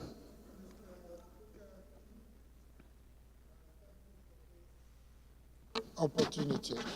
The document, the title of the bill is more or less self-explanatory about the devastations, the dislocations, and the distortions that is taking place in the Northwest, and the need for an agency that is focused on the promotion of growth, development, research, and in addressing the specificity of the zone, which cannot be captured in an omnibus national developmental strategy. So this idea of this commission is to enable us bring down the whole broad developmental goals that you find in the national developmental objectives to a zone in order to do some kind of micro response to the issues of poverty, of literacy, of environmental abuse, and so on and so forth. Thank you, Mr. Speaker. Thank you very much. I like it when a bill that has to do with the North is being defended and led by those from the South. That's the beauty of Nigeria. That's one Nigeria. I want to hear from you. Thank you, Mr. Speaker, honorable colleagues. Ameja Hababa is my name. I represent Chibok, Dambua, and Goza Federal Constituency. I'm from Northeast sub-region of this country. Mr. Speaker, permit me to start by commending the leader of the House, a true Nigerian and one of the famous academicians in this country, for bringing this bill and debating upon it, presiding over the debate upon it. Mr. Speaker, honorable members, by population projection, by 2050, Nigeria's population is going to be 440 million, and that is going to place Nigeria third most populous country in the world. And these 440 million, 75% of them, by projection scientifically, are going to live in the northern part of this country, substantially in the northwest. Mr. Speaker, honorable members, we are all aware, northwest sub-region constitute a very strategic region, not only to Nigeria, but to West African subcontinent, because of the current multidimensional crisis. A lot of economic activities, constituted authorities, public institutions, to mention but a few, are more or less reduced to ashes and rubbles. There is a need for these institutions to be restored accordingly so that Northwest will continue to prosper. Lastly, I want to call on our members, the entire Nigerian members of House of Representatives, to support this bill and give it its expedited process. Honorable Jimmy Benson, approach the chair, please. That is my contribution. Thank you, sir. Thank you very much. I think it's very straight to the point. In the spirit of what we are doing generally now, we did Southeast, we also did Southwest. There's a need for this Senate bill. It's coming from the Senate for the Northwest for us to also consider. So I'll just put the question instead of us dragging it. Those in support of this motion say aye. Those against say nay. The ayes have it. Clerk, please read the long title of the bill. Right Honorable Speaker, honorable members. A bill for an act to establish Northwest Development Commission charged with the responsibility, among other things, receive and manage funds from the allocation of the Federation account and international donors for the settlement, rehabilitation, and reconstruction of roads, houses, and business premises destroyed by multidimensional crisis, as well as tackling menace of poverty, literacy level, ecological problems, and any other related environmental or development challenges in the Northwest states, and for related matters. Second reading.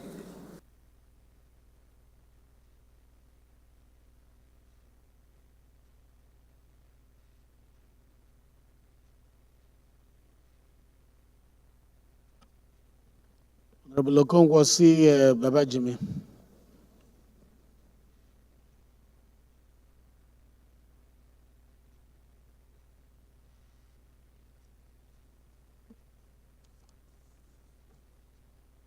This bill is referred to Committee of the Whole. The second order of the day is commencement of debate on the general principles of a bill for an act to establish National Safety Regulation Board and for related matters, standing in the name of Honorable Tajuddin Abbas and Honorable Suleiman Abubakar Gumi. Honorable members will recall that the bill was read the first time Wednesday, 8 May 2024. And I invite Honorable Gumi, on behalf of the Speaker, to move that the bill be now read the second time. Honorable Gumi, please. Gumi. Thank you very much, Mr. Speaker, honorable colleagues. I am Dr. Suleiman Abubakar Gumi. I represent the good people of Gumi, Bukuyum Federal Constituency from Zamfara State. I rise to present a bill for an act to establish National Safety Regulatory Board and for related matters, HB 1377, to be read the second time. I so move. Any seconder to this bill? Yes. Thank you, Mr. Speaker. I am Honorable Barrister Harrison Anoze Wadike. I represent the good people of Isu, Njaba Unkwere Wangele Federal Constituency. Mr. Speaker, I'm from Imo State. I arise to second the motion for the bill ably moved by my chairman, Honorable Gumi. I so second. Thank you very much. Those in support of this motion say aye. Those against say nay. The ayes have it. Please lead your debate and make it brave. Okay, thank you very much, Mr. Speaker, honorable colleagues. This important bill, which seeks to establish a national safety regulatory board, I believe is a bill that is timely.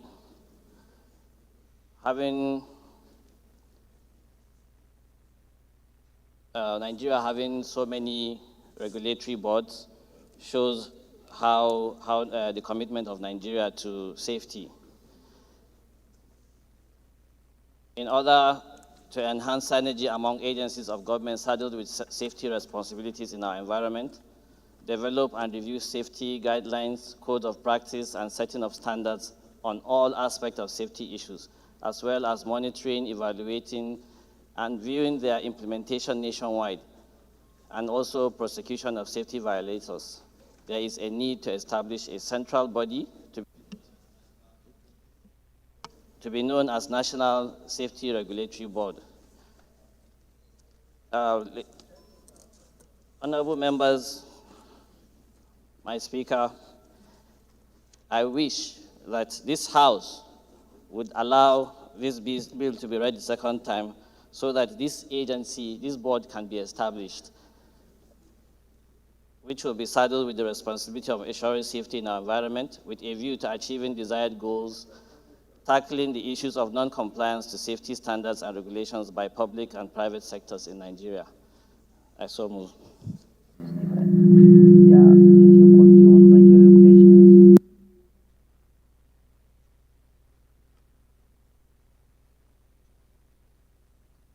Yeah, I put the question. Those in support of this motion say aye. Those against say nay. The ayes have it. Clerk, please read the long title of the bill.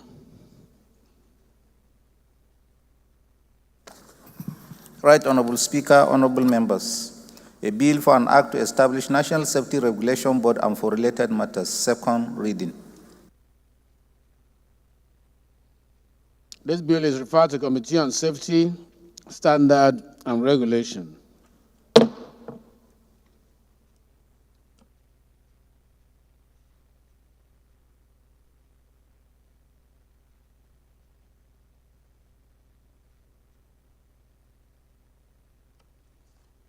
Most distinguished colleagues, the third order of the day is commencement of debate on the general principle of a bill for an act to repeal the Trade Disputes, Essential Services Act, Cap T9, Law of Federation of Nigeria, 2004, and enact Trade Disputes Bill to conform to the Constitution of the Federal Republic of Nigeria, 1999.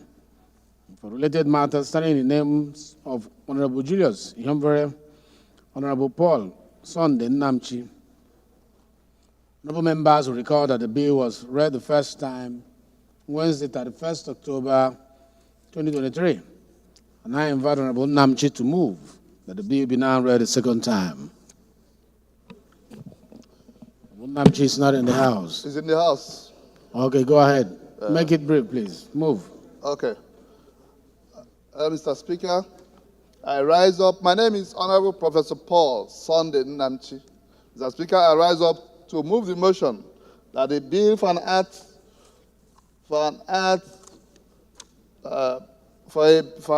bill for an act to repeal and enact the Trade Dispute Essential Service Act to conform to the 1999 Constitution be read for the second time.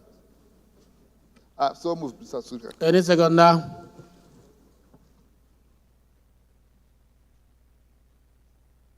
Umogo, the man behind you, my friend. Umogo, no, beside you. Please, second. Be raising your hand since. Thank you, Mr. Speaker, honorable colleagues. I remember the Ahmed Yusuf. I represent Shannon Ogwe Federal Constituency, Mr. Speaker, I'm from Kano State. I stand to second the motion heavily raised by my honorable colleagues. I so second. Thank you. Thank you very much. Those in support of this motion say aye. Those against say nay. The ayes have it. The floor is yours, Honorable Namchi. Make it brief. You may lead your debate.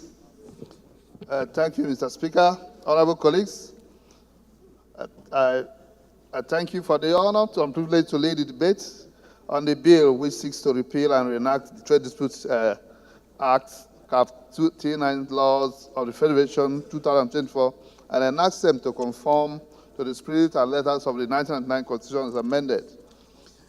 Mr. Speaker, the background of this Extant Act, which we seek to amend, is a decree number 23 of 1975, which became operative on May 21st, 1976. It is by the virtue of the section 315 of the 1999 Constitution, with amendments that upheld them as existing laws, that these 48-year-old military decree and other colonial ordinances automatically on wholesale basis transformed into Act of the National Assembly.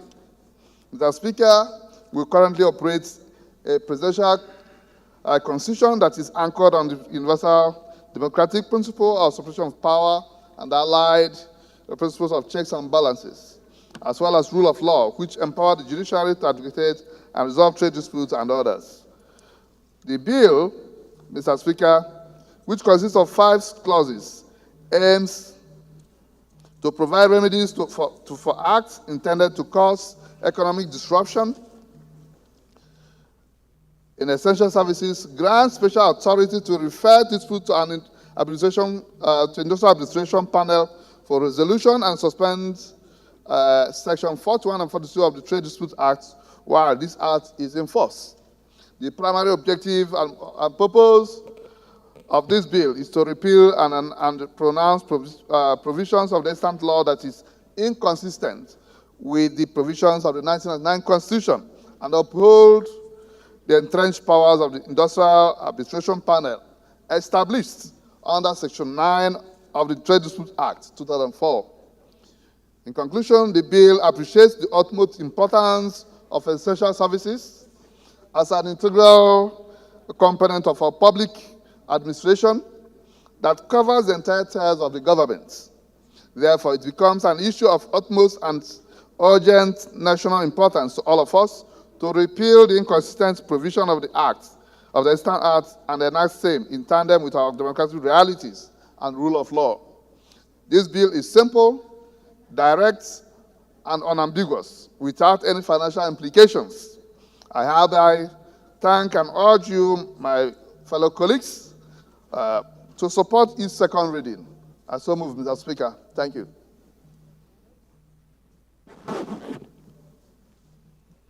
The question is that the bill be now read the second time. Those in support of this motion say aye. Those against say nay. The ayes have it. Please clerk the long title of the bill. Right Honorable Speaker, honorable members. A bill for an act to repeal the Trade Dispute Essential Services Act, Cap T9 laws of the Federation of Nigeria 2004, and enact the Trade Dispute Bill to conform to the Constitution of the Federal Republic of Nigeria 1999 and for related matters. Second reading.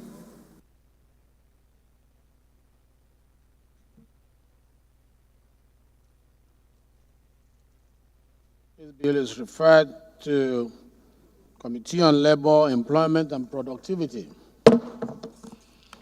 Most distinguished colleagues, the fourth order of the day is commencement of debate on the general principle of a bill for an act to amend the Electoral Act 2022 and for related matters standing in the name of Honorable Abubakar Hassan Fulata. Honorable members will recall that the bill was read the first time on Thursday, 23rd May 2024. And I invite Honorable Fulata to move that the bill be now read the second time. Honorable Fulata, please. Thank you, Mr. Speaker. Honorable colleagues, I am Abubakar Hassan Fulata. I represent Berniwa Krika Samaguri Federal Constituency. Mr. Speaker, honorable colleagues, I'm from Jigawa State. Mr. Speaker, honorable colleagues, I move that a bill for an act to amend the Electoral Act 2022 and for related matters, House Bill 1462, be read the second time. I so move, Mr. Speaker. Is the chairman electoral affairs here? The deputy chairman here? Okay. Who is seconding? Kusada, please, second.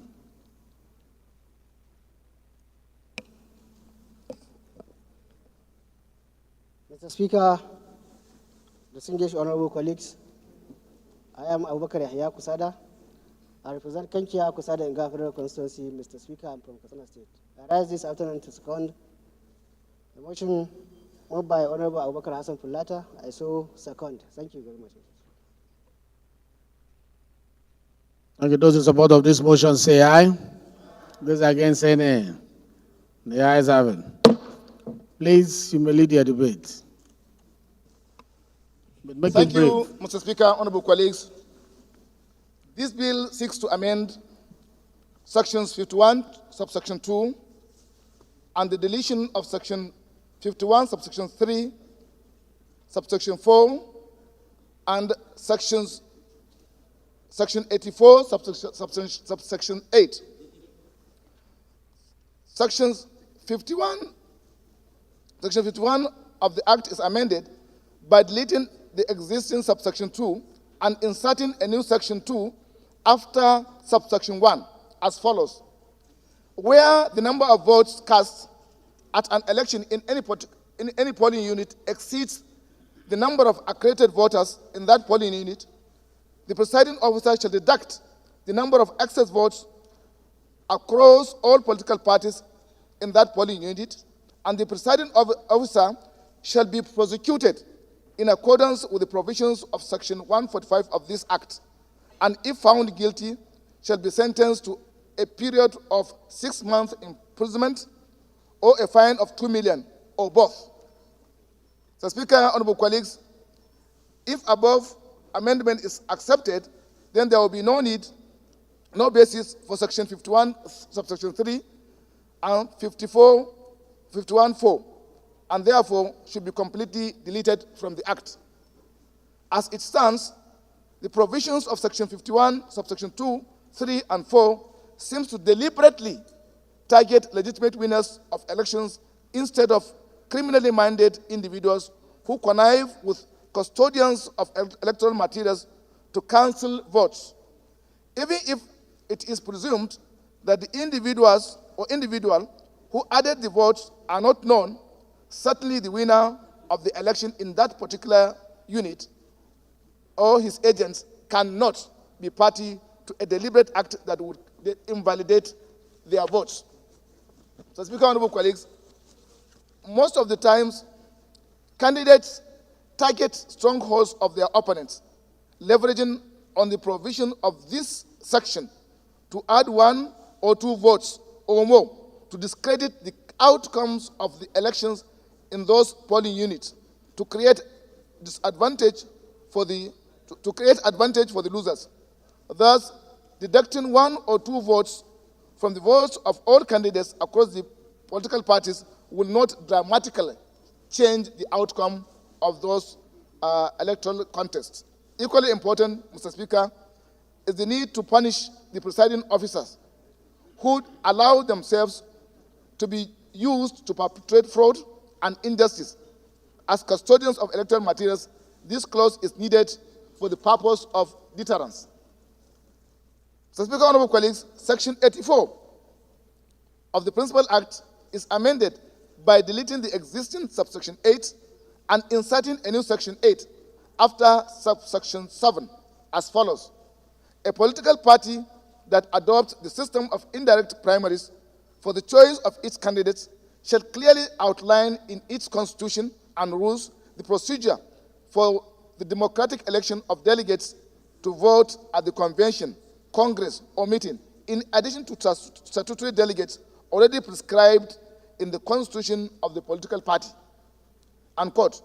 Above provision has always been part of the Electoral Act, in line with the provision of the constitution of all political parties in Nigeria, where statutory delegates are allowed to participate in primary elections to produce new leaders because of their tremendous experience. However, this very important section of the Electoral Act was mistakenly taken off the Act when it was last amended in 2022 by the 9th Assembly, hence the need for its reinstatement.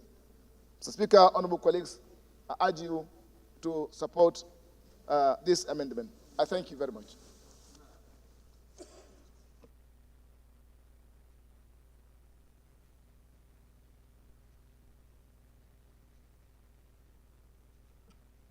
The number of hands going up is expected because it affects all of us. And it will be good for us to hear from the Parliament what they feel about it. Let me start from the Chief Whip. Thank you, Mr. Speaker. Thank you, my respected colleagues. I remain Malam Usman Bello Kumo. Did you say Malam? Did you say Malam? I consciously and deliberately say Malam. Malam with capital M.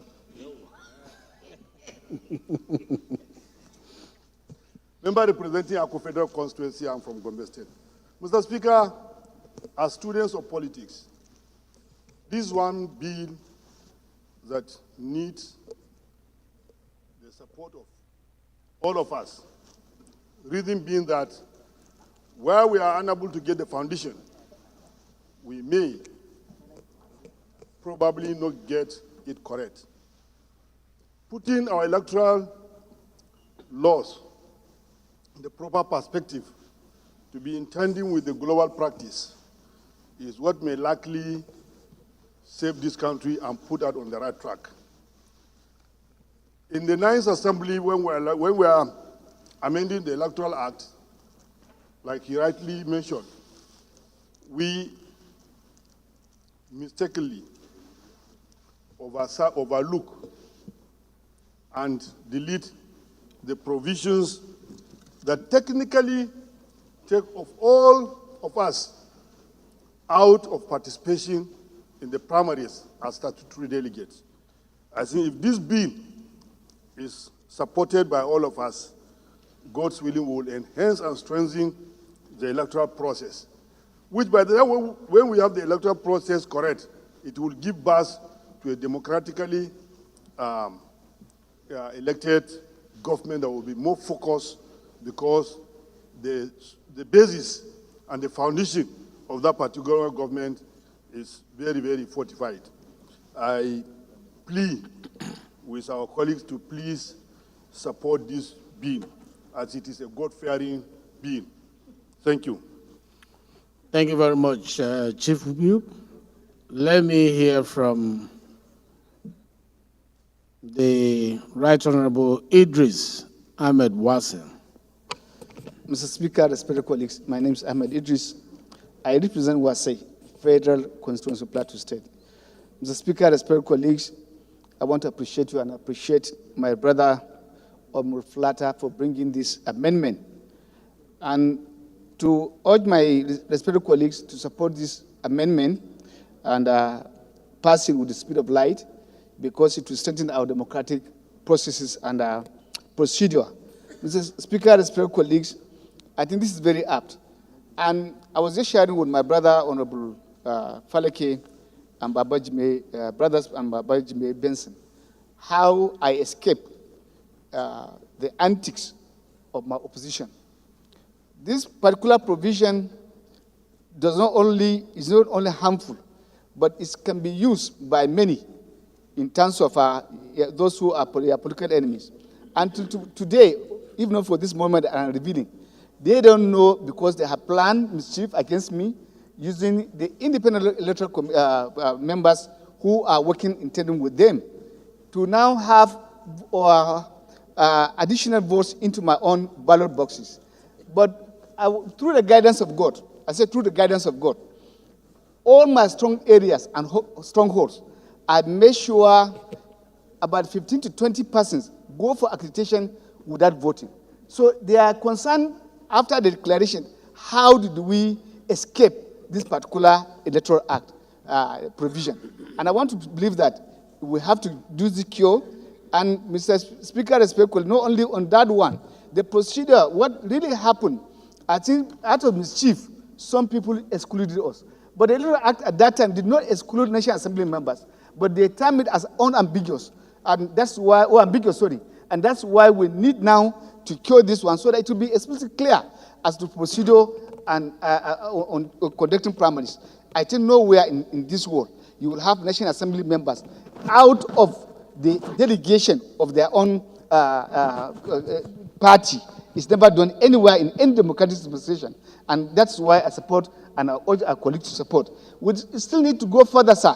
The judgment that was given, I did mention in Kano, is something else that should be of concern, where the Supreme Court ruled that so long you have ballot papers, stamp and sign, stamp and even ballot papers and owned by the electoral agency, it has been counted. That is one very serious judgment against democratic dispensation. And anybody who mean well for democracy will know who's that, because you are opening room for electoral malpractices.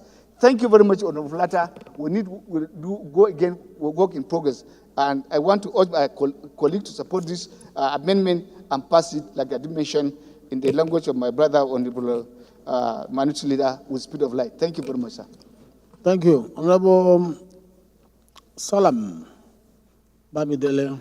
Thank you, Mr. Speaker. Bamidele Salam, at the north, at the south, Ekiti, Jibofera constituency of Osun State. Mr. Speaker, I want to stand this afternoon with a little bit of a divergent view on the position canvassed in the lead debate by my senior colleague.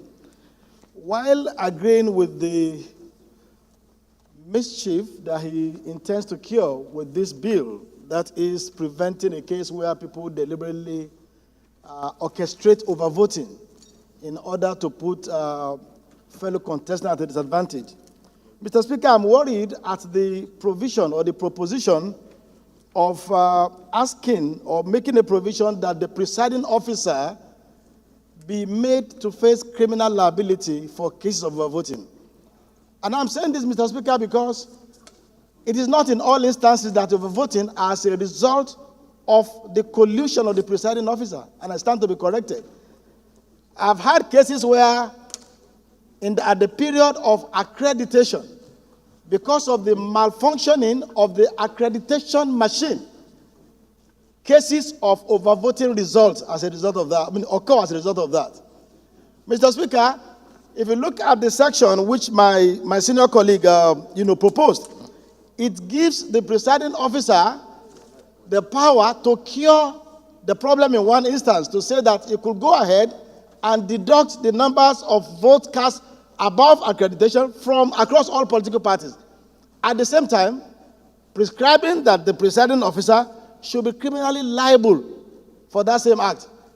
I want to think that if this proposition passes, Mr. Speaker, we'll be putting our young Nigerians who volunteer to act as presiding officers at unnecessary risk of I was thinking that the purposive intention of the promoter of this amendment is to the effect that, granted that the provision of the law entitles the presiding officer to balance the votes in view of the accredited voters, where he fails to do so and proceed to enter a result that is obviously outside the accredited voters, he should be penalized.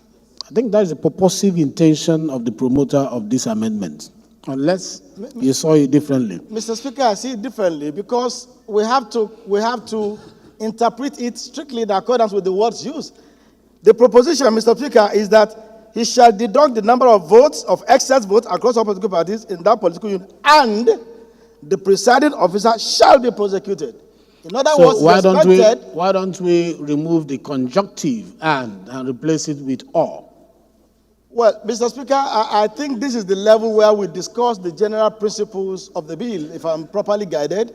We are discussing the general purpose of the bill. And I think that this leg, like I said, will put these presiding officers at unnecessary risk of prosecution, even when the results of that act may not necessarily be as a result of their own negligence or collusion. So, are you saying we should remove any punitive measure completely? Yes, Mr. Speaker, I am saying that I do not think this provision is actually necessary in the first instance. I agree with the position that, you see, Mr. Speaker, I think there's one thing we are running away from in this country. And we have said it severally, even at previous attempt to amend the Electoral Act. Unless we fully digitalize our electoral process by accepting e-voting, you can hardly be able to avoid situations like this happening as a result of manual or human error.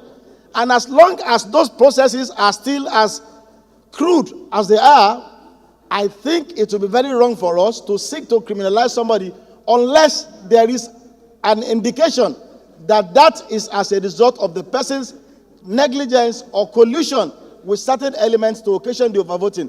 That's my position, Mr. Speaker. Thank you, Honorable Bamidele. But you know, computation of results is not aeronautic science. Number voted against number accredited. And that is the core function of a presiding officer. So if you have accredited number of voters 10, and the result received is reading 12, you are bound to cross-check with the accredited voters register, which says 10.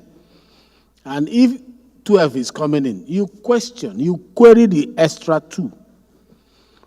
I think this law is trying to say where you ignore it and move ahead to enter 12, whereas the accreditation is 10, you should be punished. That is to deter people from, giving us frivolous results. Because what happened is that some presiding officers are energized to just write the result.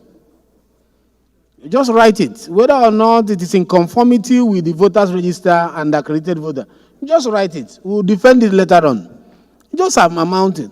So if the presiding officers now know that there are consequences against them as a person occupying that position, as at when the result was collated, they will be deterred from doing garbage in, garbage out without cross-checking.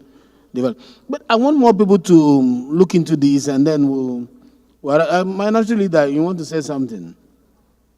But before you, Minority Leader, let me hear from Maki. Honorable Maki. Honorable Maki. Thank you, Mr. Speaker, my honorable colleagues. I'm Abubakar Maki Elleman. Thank you, Mr. Speaker. You have already said it all. I try to draw our attention. We are announcing ad hoc committee membership at the end of the sitting, please. Since the bill is at second reading, it will go to public hearing. So from there, when we come to the committee of the whole, we'll do all the needful and see that this amendment has get the light of it. Thank you. Thank you very much, Mr. Speaker. Yes, Jaha. Make it brief, Jaha. Yes, Mr. Speaker, honorable members, I just want to emphasize on the second part of the amendment proposed by Honorable Plata. I support without any mix of words, because I see no reason why in democracy, the more the merrier. I see no reason why, for instance, in Bende, less than 50 delegates will decide the fate of who is going to represent them for the next 4 years in a political party.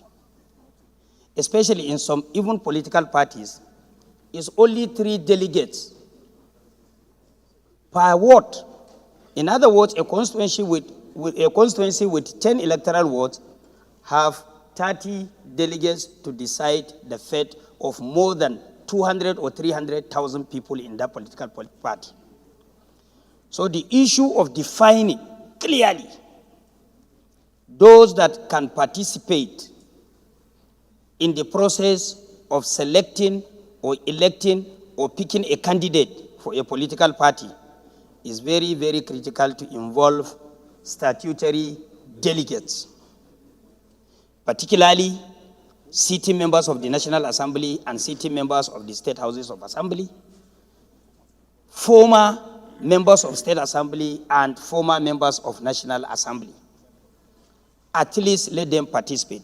Secondly, executive members of a political party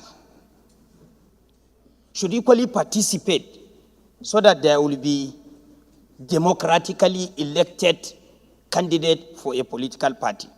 But by the time you have less than 30 to decide who is coming here to represent 300 or 400,000 people is where you have issue. Sometimes if care is not taken, somebody that has a very large pocket can buy them over and become a candidate and come here and do the wrong thing because the process was faulty. So, Mr. Speaker, honorable members, we should be specific on the indirect primaries of political parties as earlier recommended by this amendment. This is my position. Thank you. Thank you. Let's hear from you before you are minority leader.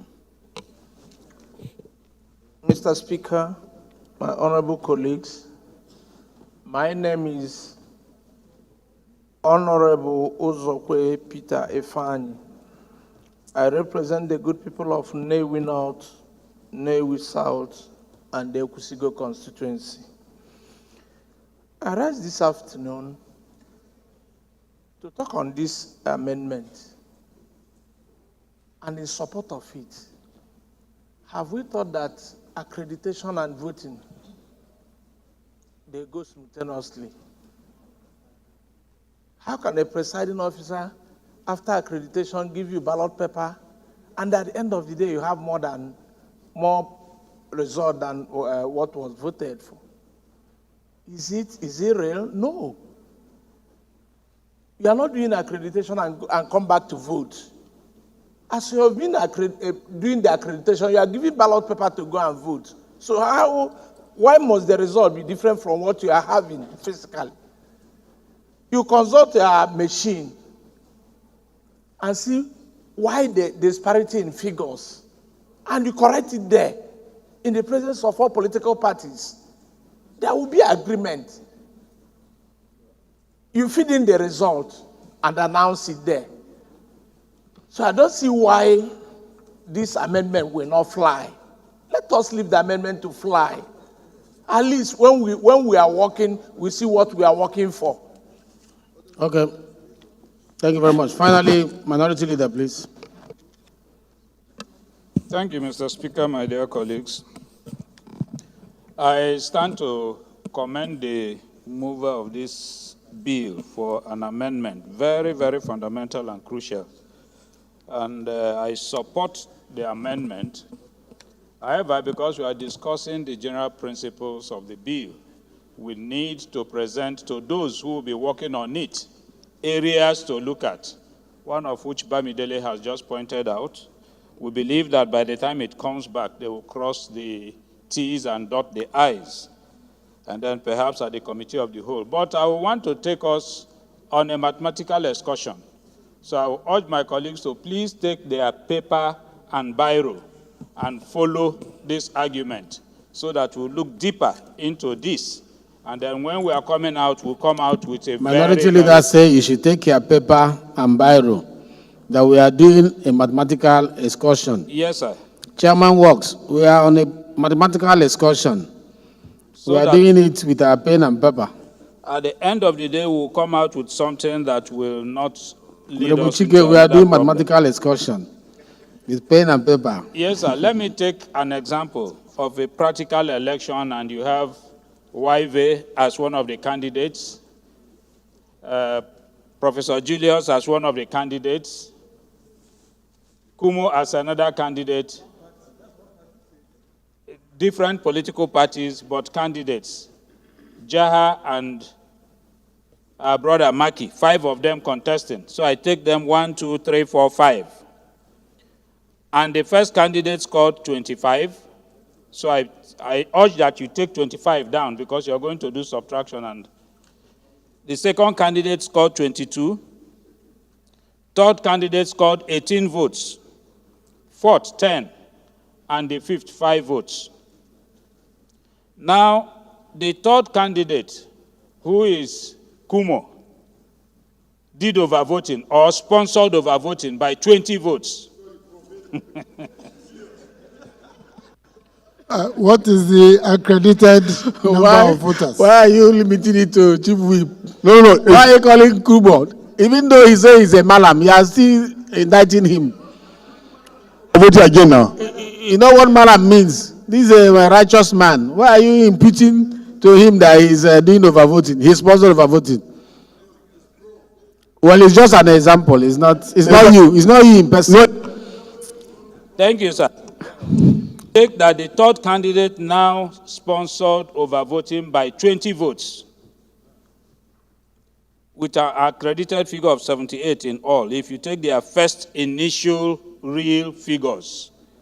Now, if he sponsored 20 votes added to his own, he now gets 28 instead of 18 and becomes the winner, while ordinarily he was the second runner-up. Now, if you add that 20, his total votes becomes 28, and he's now the winner. This law, the amendment is saying that we should now deduct across board that excess 20 votes from all the political parties. Now, if we deduct across board the 20 votes, we are deducting 4 votes from each person. So deduct 4 from each person, his 28 becomes 24. He still wins. So in essence, there is something we still need to look at, to tweak a little bit for us to get it right, because somebody can still commit this crime of overvoting, and by the amendment we are making, he will still be declared the winner, depending on the margin of overvoting. So, whilst I support the amendment because it is tended towards curing a lacuna in the present law, but I will urge that as we go to public hearing, to committee stage, that these lacunas should be looked at critically, and then a proper solution be produced for us to cure it and cure it permanently. Thank you. I think there's a general consensus that we need these amendments. How to structure it is what is being proposed. Honorable Saddam Bamidele is in support of it and give ideas on what should be deleted, amended to tidy it up. The technical section on this bill is going to look into all this area, and also the mathematical excursion by the minority leader has also highlighted very key issues to be considered.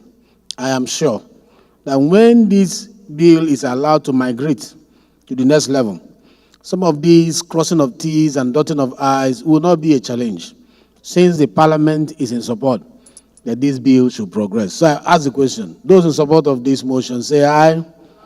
Those against say nay. The ayes have it. This bill is referred to committee. Oh yes, the clerk is, okay, you can do that. Read the long title of the bill, please. The Right Honorable Speaker, honorable members, a bill for an act to amend the Electoral Act 2022 and for related matters, second reading. This bill is referred to Committee on Electoral Matters. I must comment that I enjoyed the debate that just happened here, and that is what the Parliament does. We don't come and take anything hook, line, and sinker, we ventilate. And I pray that we'll have more time to deliberate on some of the issues that come before the Parliament. Unfortunately today, because of technical issues, we started slightly late before I took over. So we are going to rush to enable us meet up, please.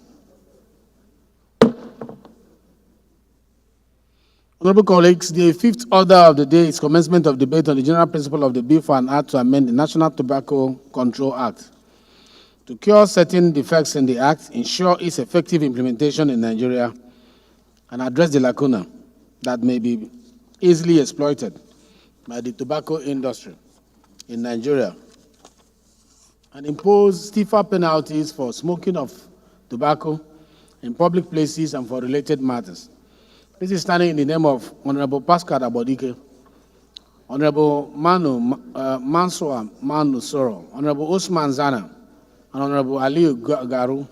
Honorable members will recall that the bill was consolidated on Thursday, 6th June 2024.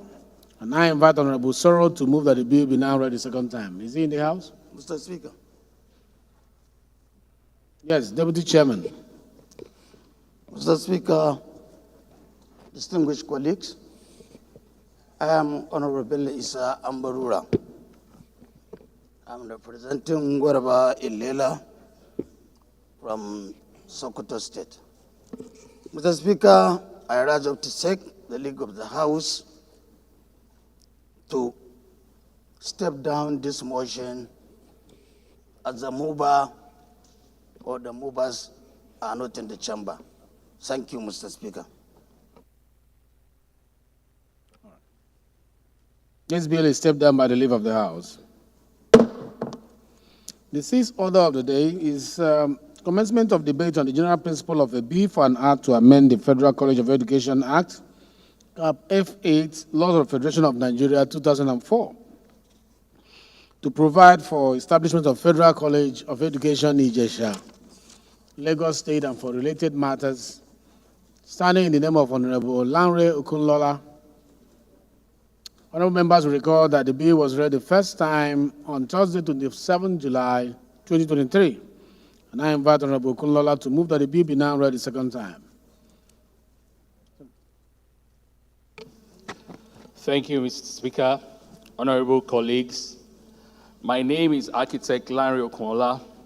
I represent Surulere 2 Federal Constituency. I'm from Lagos State. Mr. Speaker, I move that a bill for an act to amend the Federal Colleges of Education Act, CAP, F8, 2004, and related matters be read for the second time. I so move, Mr. Speaker. Any seconder? Kelechi Nwogu. Nwogu, not Nwogu, Nwogu. The right day, Honorable Speaker. I remain Kelechi Nwogu. I'm from Rivers State, the treasure base of the nation. I represent the people of Echie Omoma constituency. I stand to second the motion moved by my colleague. I so second. Those in support of this motion say aye. Those against say nay. The ayes have it. Please lead your debate. Make it very fast. It's a straightforward bill, please. Mr. Speaker, honorable colleagues, I'm delighted to lead this debate for a bill for an act to amend the Federal College of Education Act, CAP, F8, LFN 2004, and for related matters.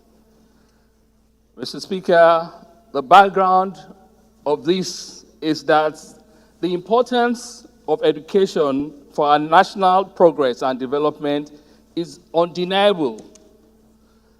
You would note that the federal government policy on national education policy stipulates that creations of federal education centers across the country. In light of this, Mr. Speaker, I want to acknowledge that education is the bedrock of any society and in nation building. And in that light, educational system is hinged on the presence of developing and having well-trained educators who can effectively impact knowledge to our future generation. This underscores the critical need for a robust educational institution dedicated to nurturing fully qualified and well-equipped teachers capable of shaping the minds of tomorrow's leaders. Honorable colleagues, Mr. Speaker, I like to state that the need for a college of education in Ijesha is to promote and have good quality teaching experience, whereby we would have what it entails to have a good academic knowledge and coping with the quality that is expected of our students of today. In view of the pre-post-COVID era, the dynamics for which education is today has changed, and the need for us to have a diverse landscape in which our teachers are trained to impact that knowledge on us. Mr. Speaker, honorable colleagues, I ask that this establishment bill be supported, that the College of Education in Ijesha be established. And it's not just an amendment, it's an investment in the brighter future of all Nigerians. All right, thank you. Mr. Speaker, honorable colleague, I hope that you support this second reading. I so move, Mr. Speaker. Thank you. Thank you. Please, the question is that the bill be now read the second time. Those in support of it say aye. Those against say nay. The ayes have it. Clerk, please read the long title of the bill. Right Honorable Speaker, honorable members. A bill for an act to amend the Federal Colleges of Education Act, Cap F8 laws of the Federation of Nigeria 2004. Provide for the establishment of Federal College of Education, Ijesha, Lagos State, and for related matters, second reading. This bill is referred to Committee on Federal Colleges of Education. The seventh order of the day is commencement of debate on the general principle of a bill for an act to establish the Federal College of Optometry, Idioku, Ahoida, West Oba, Egbema, Ndoni, River State, to provide for courses leading to the award of designated degrees, diplomas, and certificates in the optometry, ophthalmology, and related courses, and for related matters, standing in the name of Honorable Victor Obuzo, Chukum Emele. Honorable members will record that the bill was consolidated on Thursday, 12 October 2023, and I invite Honorable Obuzo to move that the bill be now read the second time. Please make it brief. It's already 2 o'clock. We'll need to hasten. Thank you, Mr. Speaker. Honorable colleagues, my name is Victor Obuzo. I represent the people of Oda West, Oba, Egbema, Ndoni Federal Constituency. I'm from River State, and I'm also the chairman, Civil Society Organizations and Development Partners. Mr. Speaker, I come under Order 12, Rule 5, Sub 1, to move the motion that the bill for an act to establish the Federal College of Optometry in Odioku, Ahoda West, Oba, Egbema, Ndoni, River State, to provide for courses leading to the award of designated degrees, diplomas, and certificates in optometry, ophthalmology, and related courses, and for related matters, be read for the second time, Mr. Speaker. Any seconder? Yes, all the way from the back. Yeah. Thank you, Mr. Speaker. I remain Honorable Paul Ekpo once again, representing the people of Etinan, Nsedibom, and Sudubium. I'm from Akwa Ibom State. I rise this afternoon to second the motion as ably moved by our dear colleague. Thank you very much, sir. Those in support of this motion say aye. Aye. Those against say nay. The ayes have it. So the establishment bill, just go 2 minutes, please. 2 minutes. Thank you, Mr. Speaker. I would use 2 minutes, Mr. Speaker. I wish to first of all state that one of the desires of any government is to have a population of healthy citizens. Mr. Speaker, let me go straight to the point, where I should, however, let my honorable colleagues understand that with a population of 200 million persons, estimated population in Nigeria, there are only 4,000 registered optometrists as at least the last count of 2023. Thus, the ratio of registered optometrists to 1 registered optometrist to 50,000 Nigerians. Too much. More so, 80% of the registered optometrists are in private practice. This number is sadly inadequate. It also portrays the poor state of the health sector with regards care services. Mr. Speaker, sometime in Jos, a girl was sent to a school for the blind based on the notion that she was blind. Mr. Speaker, this young girl was just having a high level of myopia. In other words, due to the non-availability of enough optometrists to check 1 minute left. 1 minute left. Our people's health, eye health, Mr. Speaker, this lady was sent to the School of the Blind, and when the doctors from the Nigerian Optometrist Association actually carried out an outreach and checked the lady, they found that she was just having a high level of myopia. Mr. Speaker, it must also be noted that we have no College of Optometry in this country to churn out optometrists in order to care for the people's eye and, in other words, ensure that visibility care is taking good, healthy measures in our country. So, Mr. Speaker, due to the shortness of time, I want to let the honorable members know that the bill is structured in 3 parts, and I want to plead that my honorable colleagues support this bill so that after the establishment in the South-South zone, it can be replicated across the 6 zones of the country so that the eye care of our people can be optimally met. Mr. Speaker, I so move. Thank you.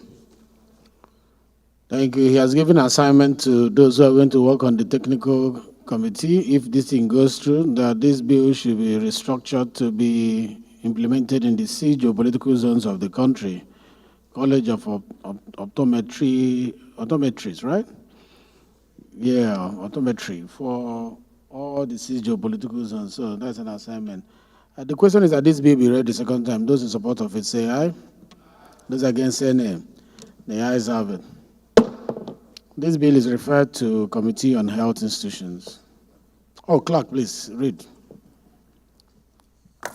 The long title of the bill, please. Right, Honorable Speaker, honorable members.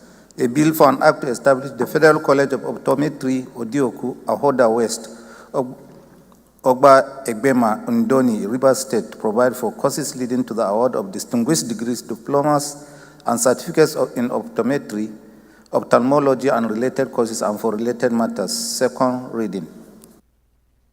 This bill is referred to Committee on Health Institutions.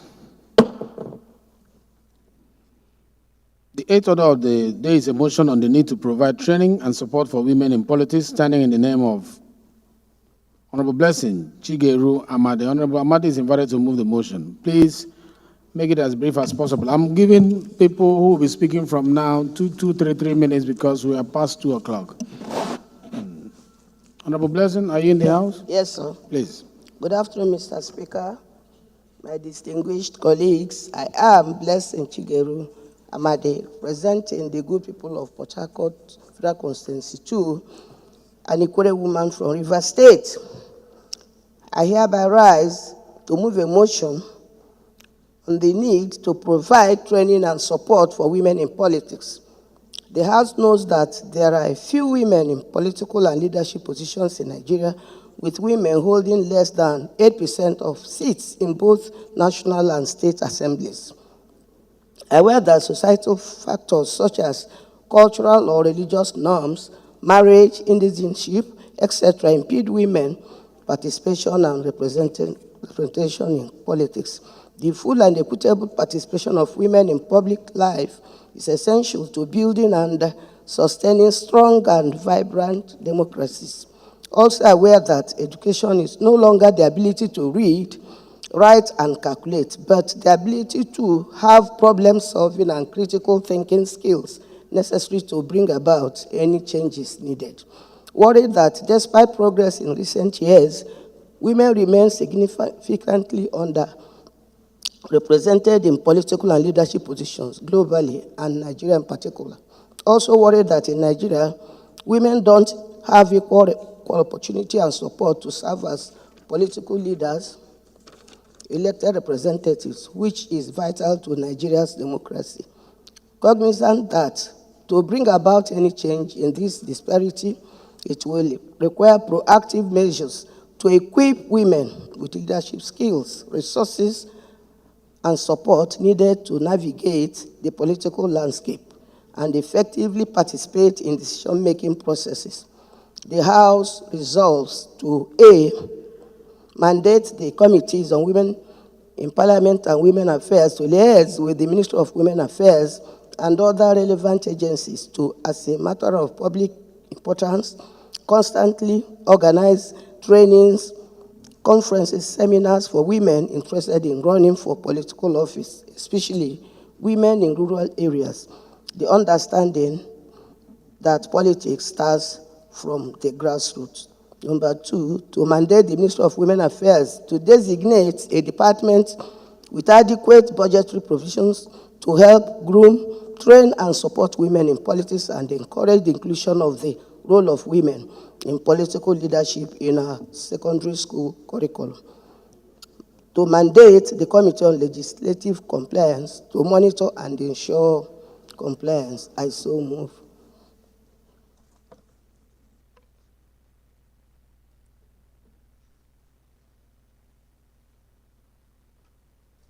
Thank you very much. Any seconder to this motion? The men are seconding. That is there's no new revolution. That is very good. And I'm going all the way back there. Yes. The backbencher, we must support you. Okay. No, go. You're in white. Thank you, Mr. Speaker. My name is Muhammad Amin Ibrahim, member representing Malamfashika for Federal Constituency. I'm from Kaduna State, Mr. Speaker. I rise this afternoon to second the motion ably moved by my sister, Honorable Blessing. I so second. Thank you, sir. Those in support of this motion say aye. Support our women now. Those in support of this motion say aye. Those against say nay. The ayes have it. This feels like a breath of fresh air. The support the women are receiving. Madam, thank you for raising this motion. I'm happy that the advocacy is going on within the space for gender equality and all this advocacy to strengthen your participation. This motion, goes a long way in supporting this advocacy. Thank you for raising it. We also want to sympathize with you. We heard that you had a fire incident in your residence. I pray that God will restore all that you have lost, and members will rally around you to support you in this trying time. It's amazing the strength of a woman, but despite what you have gone through, you are still standing on the floor of the parliament to project the case of women. This is commendable. The motion is referred to Committee on Women in Parliament, Women Affairs, and Legislative Compliance. The ninth order of the day is stepped down by the leave of the House.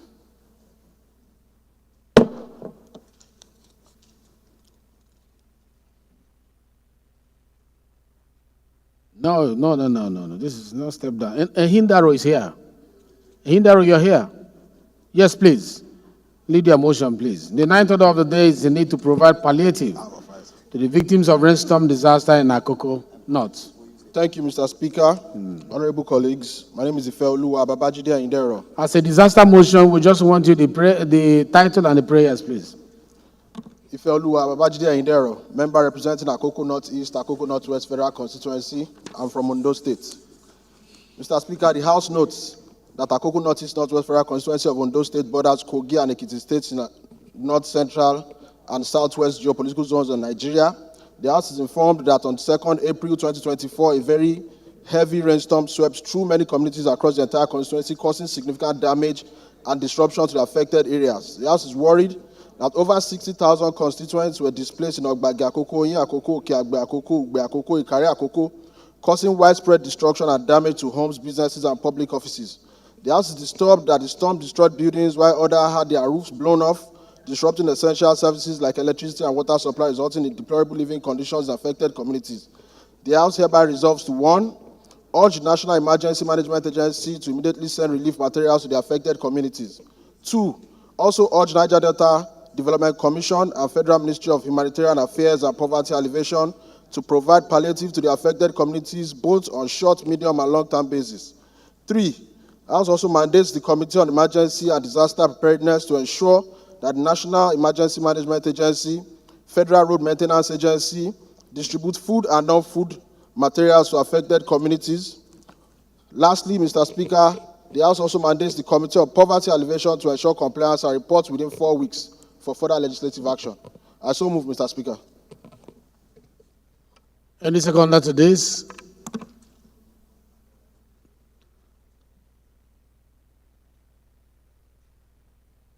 Go ahead. Thank you, Mr. Speaker.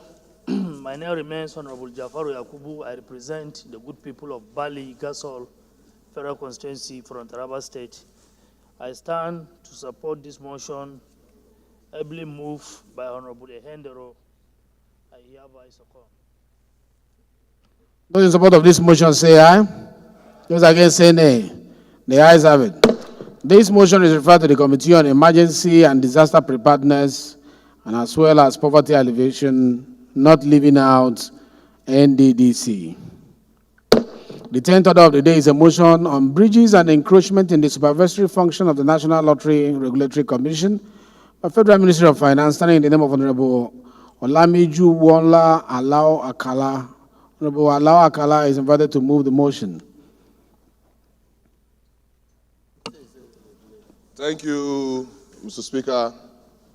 I remain Olamiju Wonla Ayodeji Alao Akala, representing the good people of Ogumosho North, Ogumosho South, and Owerri Federal Constituency. Mr. Speaker, I'm from the Plateau State. Mr. Speaker, I've had a tete-a-tete with a couple of my senior colleagues, and I've been advised to step down this motion for further legislative action. So I've hereby, by the leave of the House, step down this motion to bring it back later. Thank you, Mr. Speaker. Thank you very much. Motion stepped down by the leave of the House. The 11th order of the day is a motion on rising price of fertilizer in Nigeria, standing in the name of Honorable Yusuf Shitu Galambai. Honorable Galambai is invited to move the motion. He's not around. Motion stepped down by the leave of the House. The 12th order of the day is a motion on need to connect Gajiram via Mongono to Mate local government area to national grid, standing in the name of Honorable Buka Talba. Honorable Talba is invited to move the motion. Thank you, Mr. Speaker. Honorable colleagues, my name is Honorable Bukar Talba, member representing Martin Mongono Ganze. Mr. Speaker, I am from Borno State. The House note that in 1989, the federal government directed that all local government headquarters nationwide to connect with the national grid. Also note that the defunct National Electric Power Authority, in line with the federal government directives, compiled information on possible connection and enforcement of 132 kVA to 33 kVA lines. Further note that Mongono Ganze Marte local government area and Boroso were captured by the National Electric Power Authority.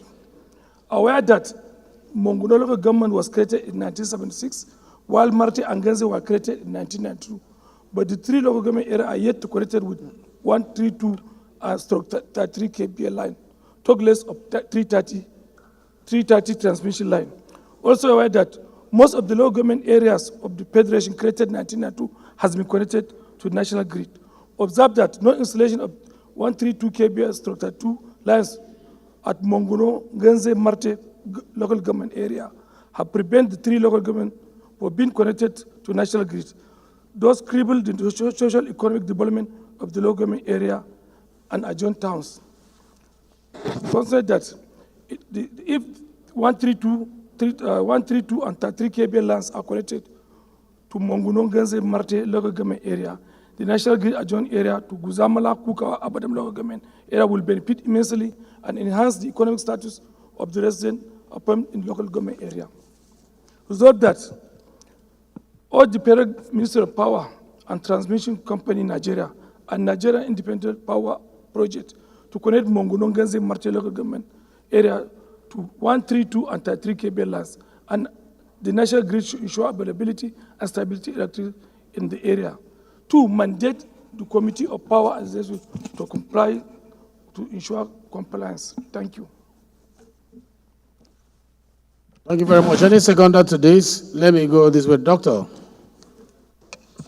Thank you, Mr. Speaker. Honorable colleagues, my name is Honorable Dr. Midala Usman Balami. I represent the good and dynamic people of Askira Uba Hawul Federal Constituency. I'm from Borno State.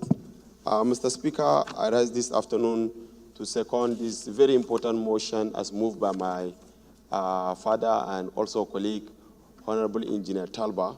I so second, Mr. Speaker. Thank you. Thank you very much. This is a utility motion, so I'll just put the question. Those in support of this motion say aye. Those against say nay. The ayes have it. This motion is referred to the Committee on Power and Legislative Compliance.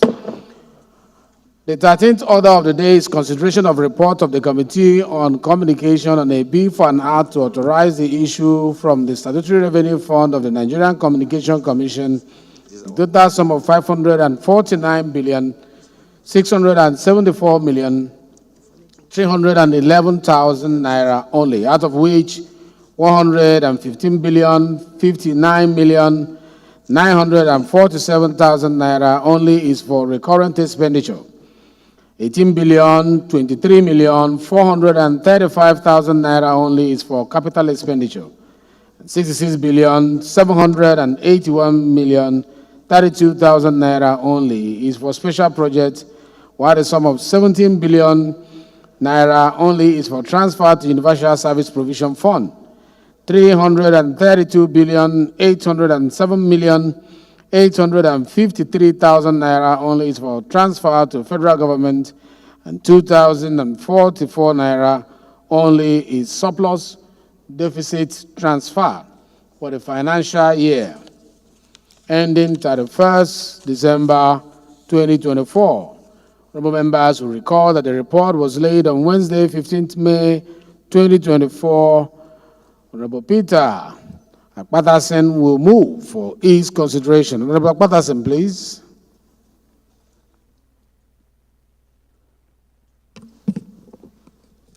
Mr. Speaker, distinguished colleagues, I'm Comrade Peter Ohiozuji Akpatasen, MNI. I represent the great people of Akoko Federal Constituency. Mr. Speaker, and my dear colleagues, I'm here to move for the consideration of the report of NCC.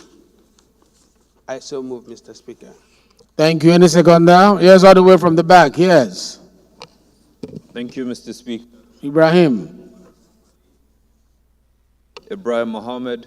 I represent Nigerians through the good people of Benin, Kebbi, Kalgo, Bunza Federal Constituency. I am from Kebbi State. I rise to second the motion ably moved by my colleague, Honorable Apatasen, MNI. I so second, Mr. Speaker. Thank you. Those in support of this motion say aye. Those against say nay. The ayes have it. House Leader, please move that the House do resolve into the Committee of Supply.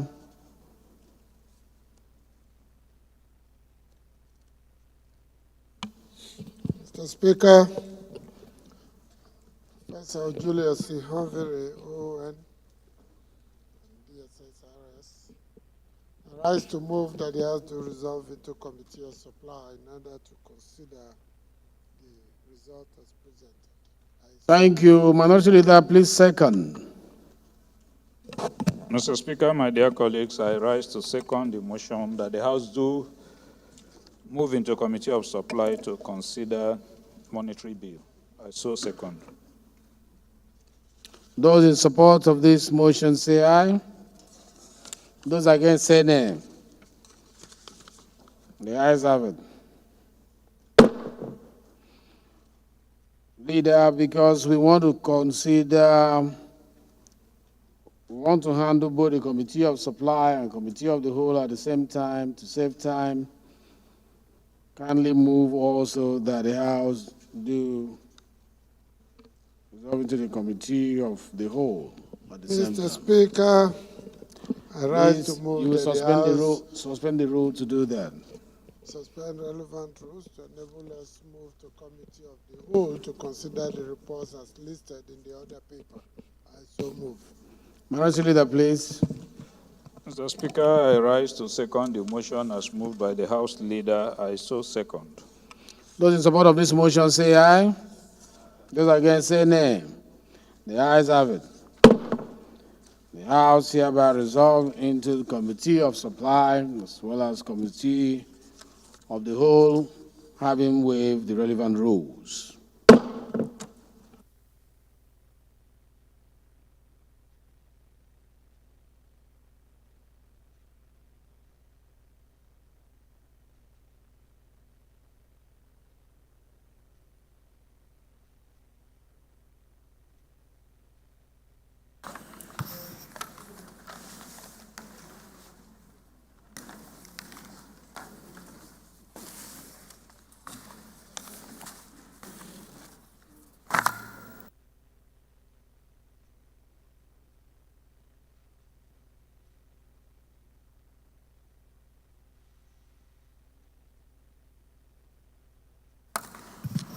Honorable colleagues, the report to be considered is that of the Committee on Communication on the bill for an act to authorize the issue from the statutory revenue funds of the Nigerian Communications Commission, the total sum of 549,674,311,000 naira only, out of which 115,059,957,000 naira only is for recurrent expenditure.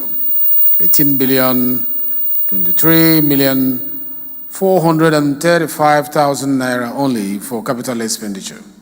66,781,032,000 naira only is for special projects, while the sum of 17 billion naira only is for transfer to Universal Service Provision Fund.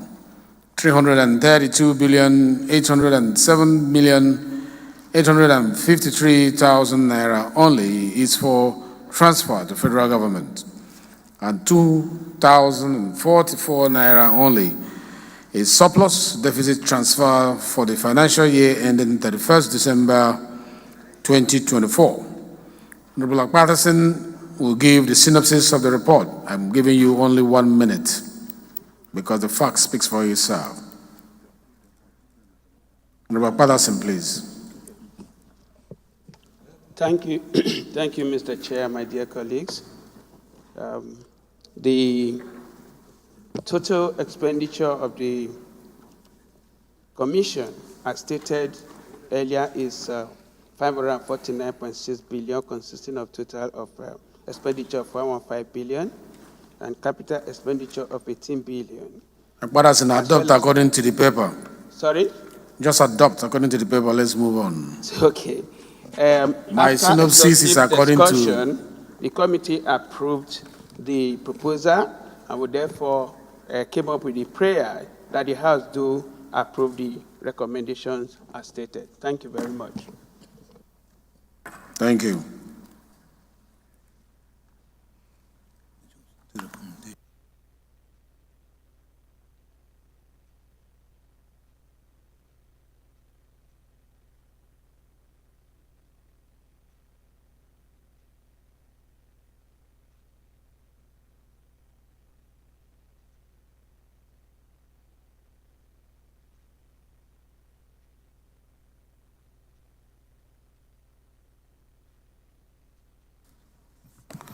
The question is that the recommendation of the reports be made part of the document. Those in support of that say aye. Or you say recommendation carried. Recommendation? Shadows? Long title?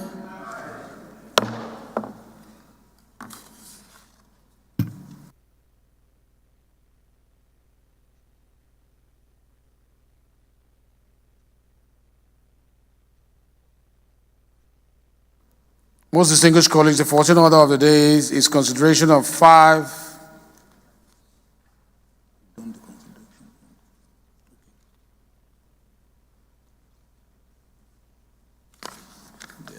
That's number 14.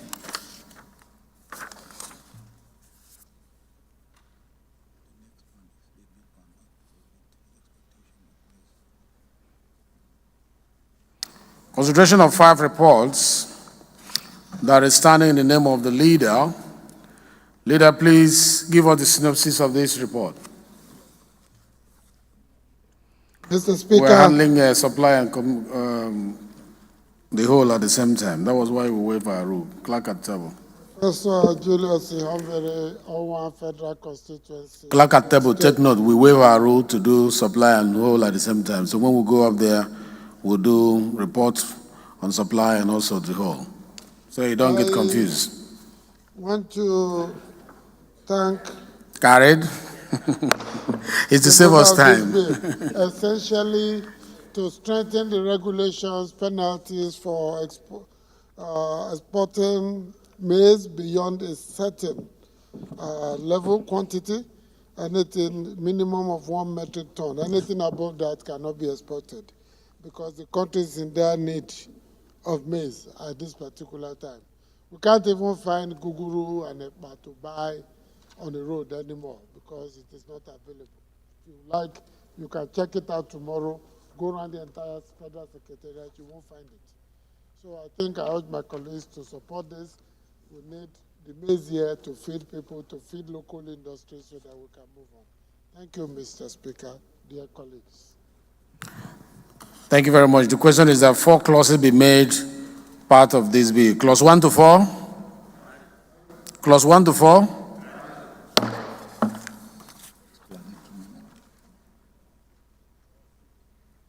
Explanatory memorandum? Explanatory memorandum. Long title. Leader, please.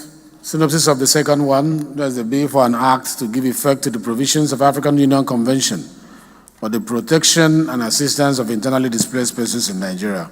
Thank you very much, Mr. Speaker. I think this bill is simply to give effect to the provisions of the African Union Convention on the protection and assistance of internally displaced persons in Nigeria, to protect them, to give assistance, to provide durable solutions, to ensure that those who are displaced have their human rights protected, and so on. I think this is very important. Thank you. I recommend this strongly. Thank you. The question is for the 6 clauses be made part of the bill. Clause 1 to 10, 10 to 20, 20 to 30, 30 to 40, 40 to 45, 46, explanatory memorandum,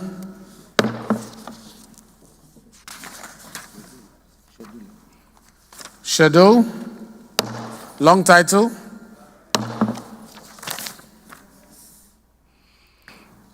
Leader, the next bill is a bill for an act to provide for establishment of Federal University of Environment Technology, Koroma, Ogoni, and for related matters. It's a straightforward bill. Just adopt your paper so that we can. Thank you, Mr. Speaker. This is very straightforward.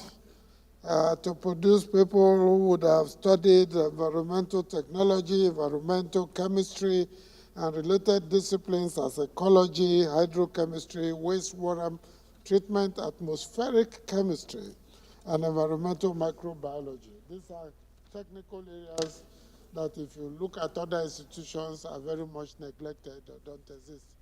They don't need to go abroad.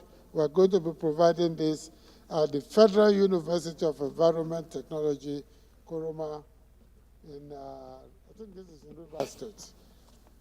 Highly recommended, my dear colleagues.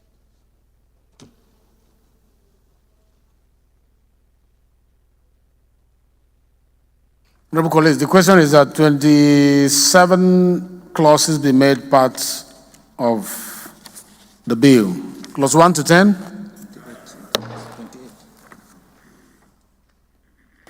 Clause 10 to 20. 20 to 27. 28 is the short title. Schedule. Explanatory memorandum. Long title.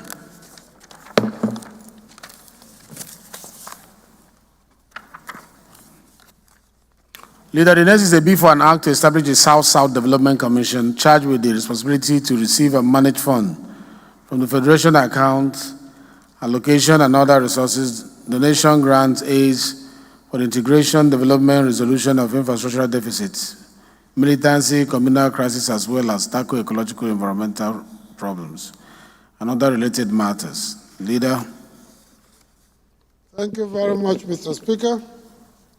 Dear colleagues, this is one in the zonal commission that this House has been working hard. As you all know, the South-South is much bigger than the Niger Delta. So there are states that are not in the Niger Delta that are in the South-South. And I think this commission is designed to deal with those issues that generally continue to afflict the peoples of the area, environmental and so forth. I would strongly recommend it that we support this bill to enable the Commission come forth and deal with those issues to promote growth and development, institutional growth and expansion.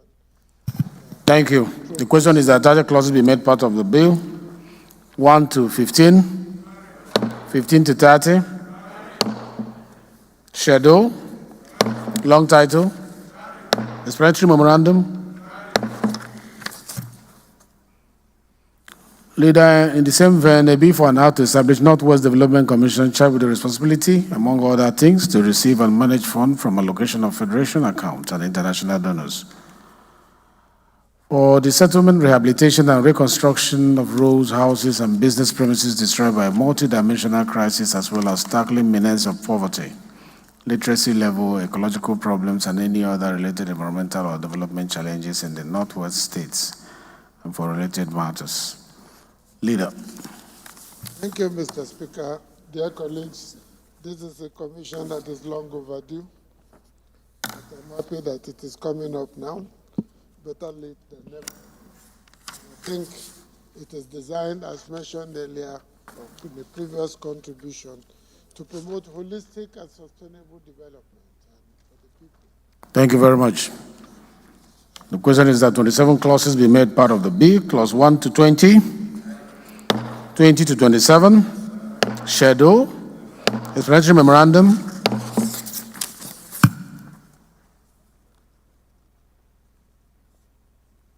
The next is a report on committees on treaties, protocols, and agreements on the bill for an act to domesticate and enforce in Nigeria the International Convention Against Doping in Sport.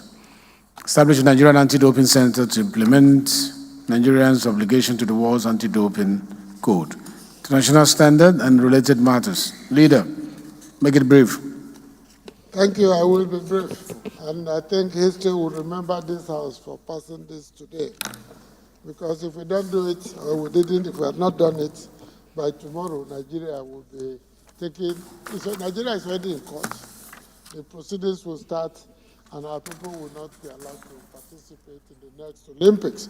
So this is a very important bill to protect our athletes, provide training, provide exposure for treatment, counseling, and all kinds of mentorship for them. I think other countries have done it, we are signatories to it. This is just a domestication of a treaty that has been approved. Thank you, Your Excellency. Thank you, Leader. Well put. The question is that 44 clauses be made part of the bill. Clause 1 to 40, 41, 42, 43, 44, schedule, explanatory memorandum, long title. Leader, please move that they have to refer to plenary to report progress on both the Committee of Supply and the Committee of the Whole. Having completed the assignment of the committees of the Whole and Supply, I rise to move that we do reserve to plenary to enable the chairman, now as Speaker, report to the House.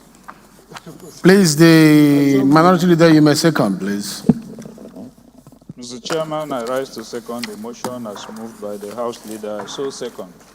Those in support of this motion that the House do resort to plenary to report progress, say aye. Those against, say nay. The ayes have it.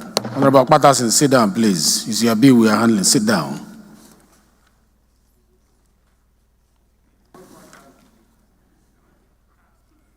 The House hereby resorts to plenary to report progress.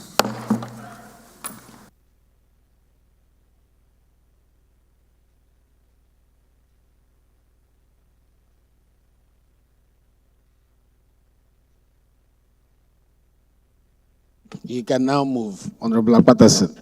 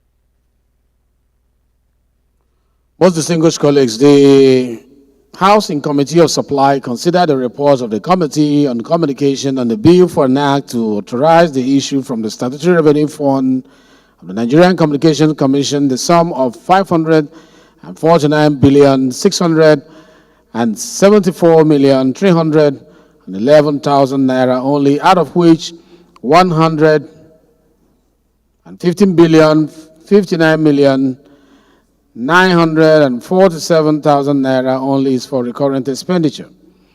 18,023,435,000 naira only is for capital expenditure.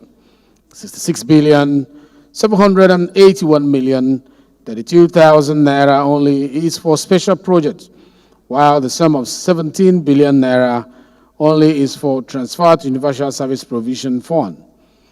332,807,853,000 naira only is for transfer to federal government, and 2,044 naira only is surplus deficit transfer for the financial year ending 31st December 2024, and approve the recommendation of the report, the schedule, and the long title of the bill.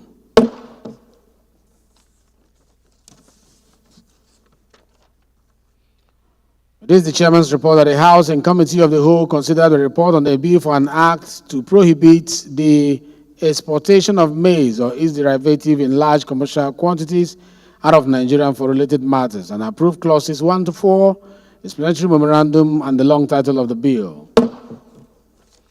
This is the Chairman's report as well that the House and Committee of the Whole considered the report on the bill for an act to provide for the domestication and enforcement of African Union Convention for the Protection and Assistance of Internally Displaced Persons and for related matters, and approve clauses 1 to 46, the schedules, explanatory memorandum, and the long title of the bill.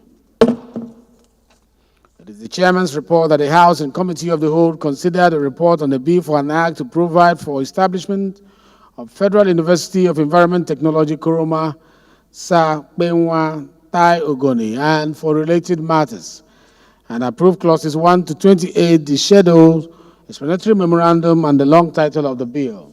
It is the Chairman's report that the House and the Committee of the Whole considered the report on a bill for an act to establish South-South Development Commission charged with the responsibility to receive and manage funds from the Federation account, allocation and other sources, donation, grant, aids for the integration, development, resolution of infrastructural deficit, militancy, communal crisis, as well as tackle ecological, environmental problems, and for related matters, and approve clauses 1 to 30, the schedule, explanatory memorandum, and the long title of the bill. It is the chairman's report that the House and the Committee of the Whole consider the report on the bill for an act to establish the Northeast Development Commission, charged with the responsibility, among other things, to receive and manage funds from the allocation of the Federation account and international donors for the settlement, rehabilitation, and reconstruction of roads, houses, and the business premises destroyed by the multidimensional crisis, as well as tackling menace of poverty, literacy level, ecological problems, and any other related environmental and development challenges in the Northwest states, and for related matters, and approve clauses 1 to 27, the schedules, explanatory memorandum, and the long title of the bill. It is the chairman's report that the House and the Committee of the Whole consider the report of the Committee on Treaties, Protocols, and Agreements on the bill for an act to domesticate and enforce in Nigeria the International Convention against doping in sports, establish Nigerian Anti-Doping Center to implement Nigerians' obligation to World Anti-Doping Code, international standards, and for related matters, and approve clauses 1 to 44, the schedules, explanatory memorandum, and the long title of the bill. Leader, please move that the House do adopt the reports from the Committee of Supply and the Committee of the Whole to become a working instrument of the Parliament. Mr. Speaker, I rise to move that the House do adopt the reports from the Committee of Supply, Committee of the Whole, and adopt them as working instruments of the House. Thank you. Minority Leader, please. Mr. Speaker, my dear colleagues, I rise to second the motion as moved by the House Leader. I so second. Those in support of this motion say aye. Those against say nay. The ayes have it. The report from the Committee of Supply and Committee of the Whole hereby becomes a working instrument of the Parliament. Please, Leader, move that we do suspend our rules to enable us to have the third reading of the committee of the report from the Committee of Supply. Mr. Speaker, I rise to move that we suspend relevant rules to enable the House take a third reading on the report on Committee of Supply. I so move. Ano?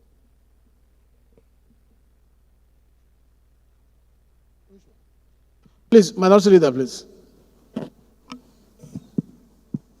Mr. Speaker, I second the motion as moved by the House Leader. I so second. Those in support of the motion say aye. Those against say nay. The ayes have it. Please, Clerk, give us the third reading of the bill. Right Honorable Speaker, honorable members. A bill for an act to authorize the issue from the statutory revenue fund of the Nigerian Communications Commission the total sum of 549,674,311,000 naira only, out of which 115,059,947,000 naira only is for the current expenditure. 18,023,435,000 naira only is for capital expenditure. 66,781,032,000 naira only is for special projects, while the sum of 17 billion naira only is for transfer to Universal Service Provision Fund. 332,877,853,000 naira only is for transfer to federal government, and 2,044 naira only is for surplus deficit transfers for the financial year 31st December 2024. Third reading. Bill read and passed. Leader, please, having waived our rule, also move for the third reading of the South-South Development Commission and Northwest Development Commission to be read the third time. Mr. Speaker, thank you so much for the beautiful report back to the House. I rise to move that the House to take the third reading on the reports from the Committee of the Whole on the South Development Commission and the Northwest Development Commission. I so move. Please, can you read the long title of the bill on South Development Commission? Oh, second, please. Mr. Speaker, Madam I Leader, rise to please second the motion as moved by the House Leader. I so second. Yes. Those in support of this motion say aye. Those against say nay. The ayes have it. Please read the long title of the bills. One at a time, please. Not two of them at the same time.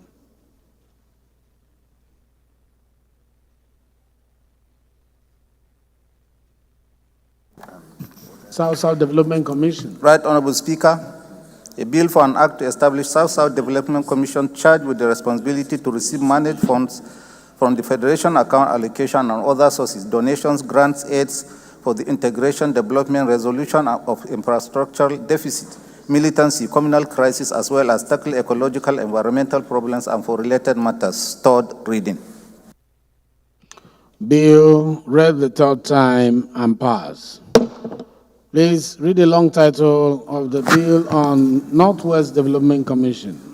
Right Honorable Speaker, honorable members, a bill for an act to establish Northwest Development Commission charged with the responsibility, among other things, receive and manage funds from allocation of the Federation account and international donors for the settlement, rehabilitation, and reconstruction of roads, houses, and business premises destroyed by multidimensional crisis, as well as tackling menace of poverty, literacy level, ecological problems, and other related environmental and development challenges in the Northwest states and for related matters. Third reading. Bill read and pass. Leader, please move that we suspend our rules to adopt the votes and proceedings of today. Mr. Speaker, I rise to move that we suspend the relevant rules and adopt the votes and proceedings of the sitting today and make them references to future work of the House. Thank you. Minority Leader. Mr. Speaker, I rise to second the motion as moved by the House Leader. I so second. Thank you. Those in support of this motion say aye. Those against say nay. The ayes have it. Announcements. I heard committee to investigate the frequent closure of businesses in Nigeria and eventual exit from the country by Mrs. Kimberly Clark and several other business outfits and provide lasting solutions to the challenges. The membership of these committees are as follows: Honorable Oluwale Oke, Honorable Babajimi Benson, Honorable Solomon Bob, Honorable Manu Soro, Honorable Nabife Chinwe Clara, Deputy Chairman, Committee on Industry, Deputy Chairman, Committee on Special Duties, Deputy Chairman, Committee on Science and Tech, Deputy Chairman, Committee on Agri Services, Honorable Abdurrahman Ajiya, Honorable Karim Abisogun, Honorable Patrick Umar, Honorable Odiano Sen Okoje, Honorable Paul Namchi, Honorable Abubakar Folata, Honorable Yusuf Miga, Honorable Okonkwo Uche. The chairman of this committee will be Honorable Kayode Akiolu. You are expected to report back to us in 4 weeks, not 6 weeks.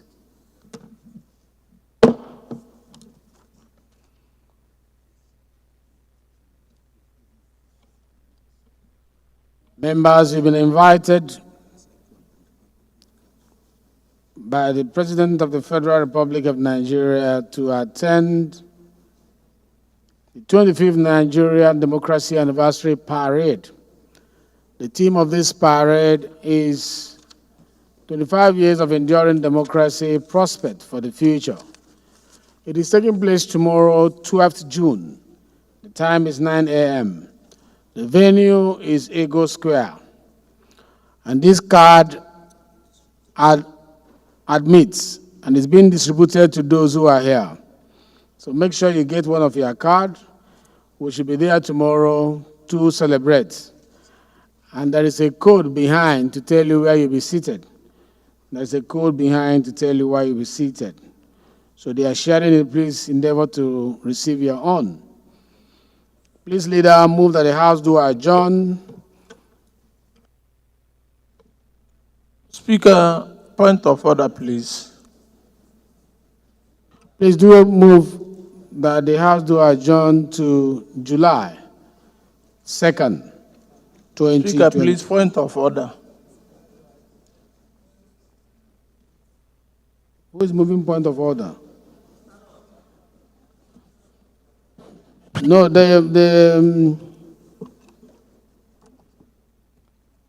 Mr. Speaker, I've been raising my hand for this point of order. I stand on order 8 through 6. Because my name is Honorable Zokwe Peter Ifani. I represent the good people of Nnewi North, Nnewi South, and the Ekusigo Federal Constituency. I was thinking this year point of order had been discussed with the leader of the House. Because knowing the adjourned date, there will be fire in my constituency. I need to douse the tension. Mr. Speaker, I need to douse the tension. Okay, let's hear you, but to consider our time, it's almost 3 o'clock. Yes, even if you give me 2 minutes, I will be done with that time you gave me. Mr. Speaker, I was bamboozled and baffled with my honorable colleagues about the creation of Olu State. In as much as the Igbo nation, the Southeast, we need one state. But you cannot just sit in a place and scramble and petition Ozobo and carve my own dear town into Olu State without consulting me. I am the representative of Nnewi North, Nnewi South, and Ekusigo Federal Constituency. And I come from Ozobo. And my colleague will just disregard me and carve my town into Olu State. I want to make it clear, Mr. Speaker, that Ozobo is not part of that negotiation. In as much as we support the creation of one state for Igbo nation, please, my people are going to court. I just want to douse the decision. For them hearing my voice, they thought I was part of the decision. And I did not consult anybody to be part of that decision. And I said I did not know anything about it. Since Saturday, Sunday, Monday, my phone was switched off because they were looking for me. Is it what they sent me here to do? I said I did not know anything about Ozobo being put into a state I don't know. I was not part of the discussion. We have to carry everybody along. Communication breakdown can cause civil war again. I don't like it. Your Excellency, I thank you very much for giving me this opportunity. Thank you. But I must mention that the issue of creation of states is a constitutional matter. And if it was presented to the House for first reading, it means that the process just commenced. There is always an opportunity to debate when you get to second reading. We should not approach the issues of the legislature just sentimentally. We have a procedure. If there is a first reading of the House, you don't debate it through privilege. You wait. When it's listed for second reading, you bring your objections and your analysis. When it gets to public hearing, you bring your objections and suggestions. So if your constituents are calling you for a proposal that is before the parliament that has not been passed, kindly educate them that they should wait until you get to second reading. You will make your position known. It is not every matter that comes under privilege that will be allowed. This one is not one of such. and so you are ruled out of order.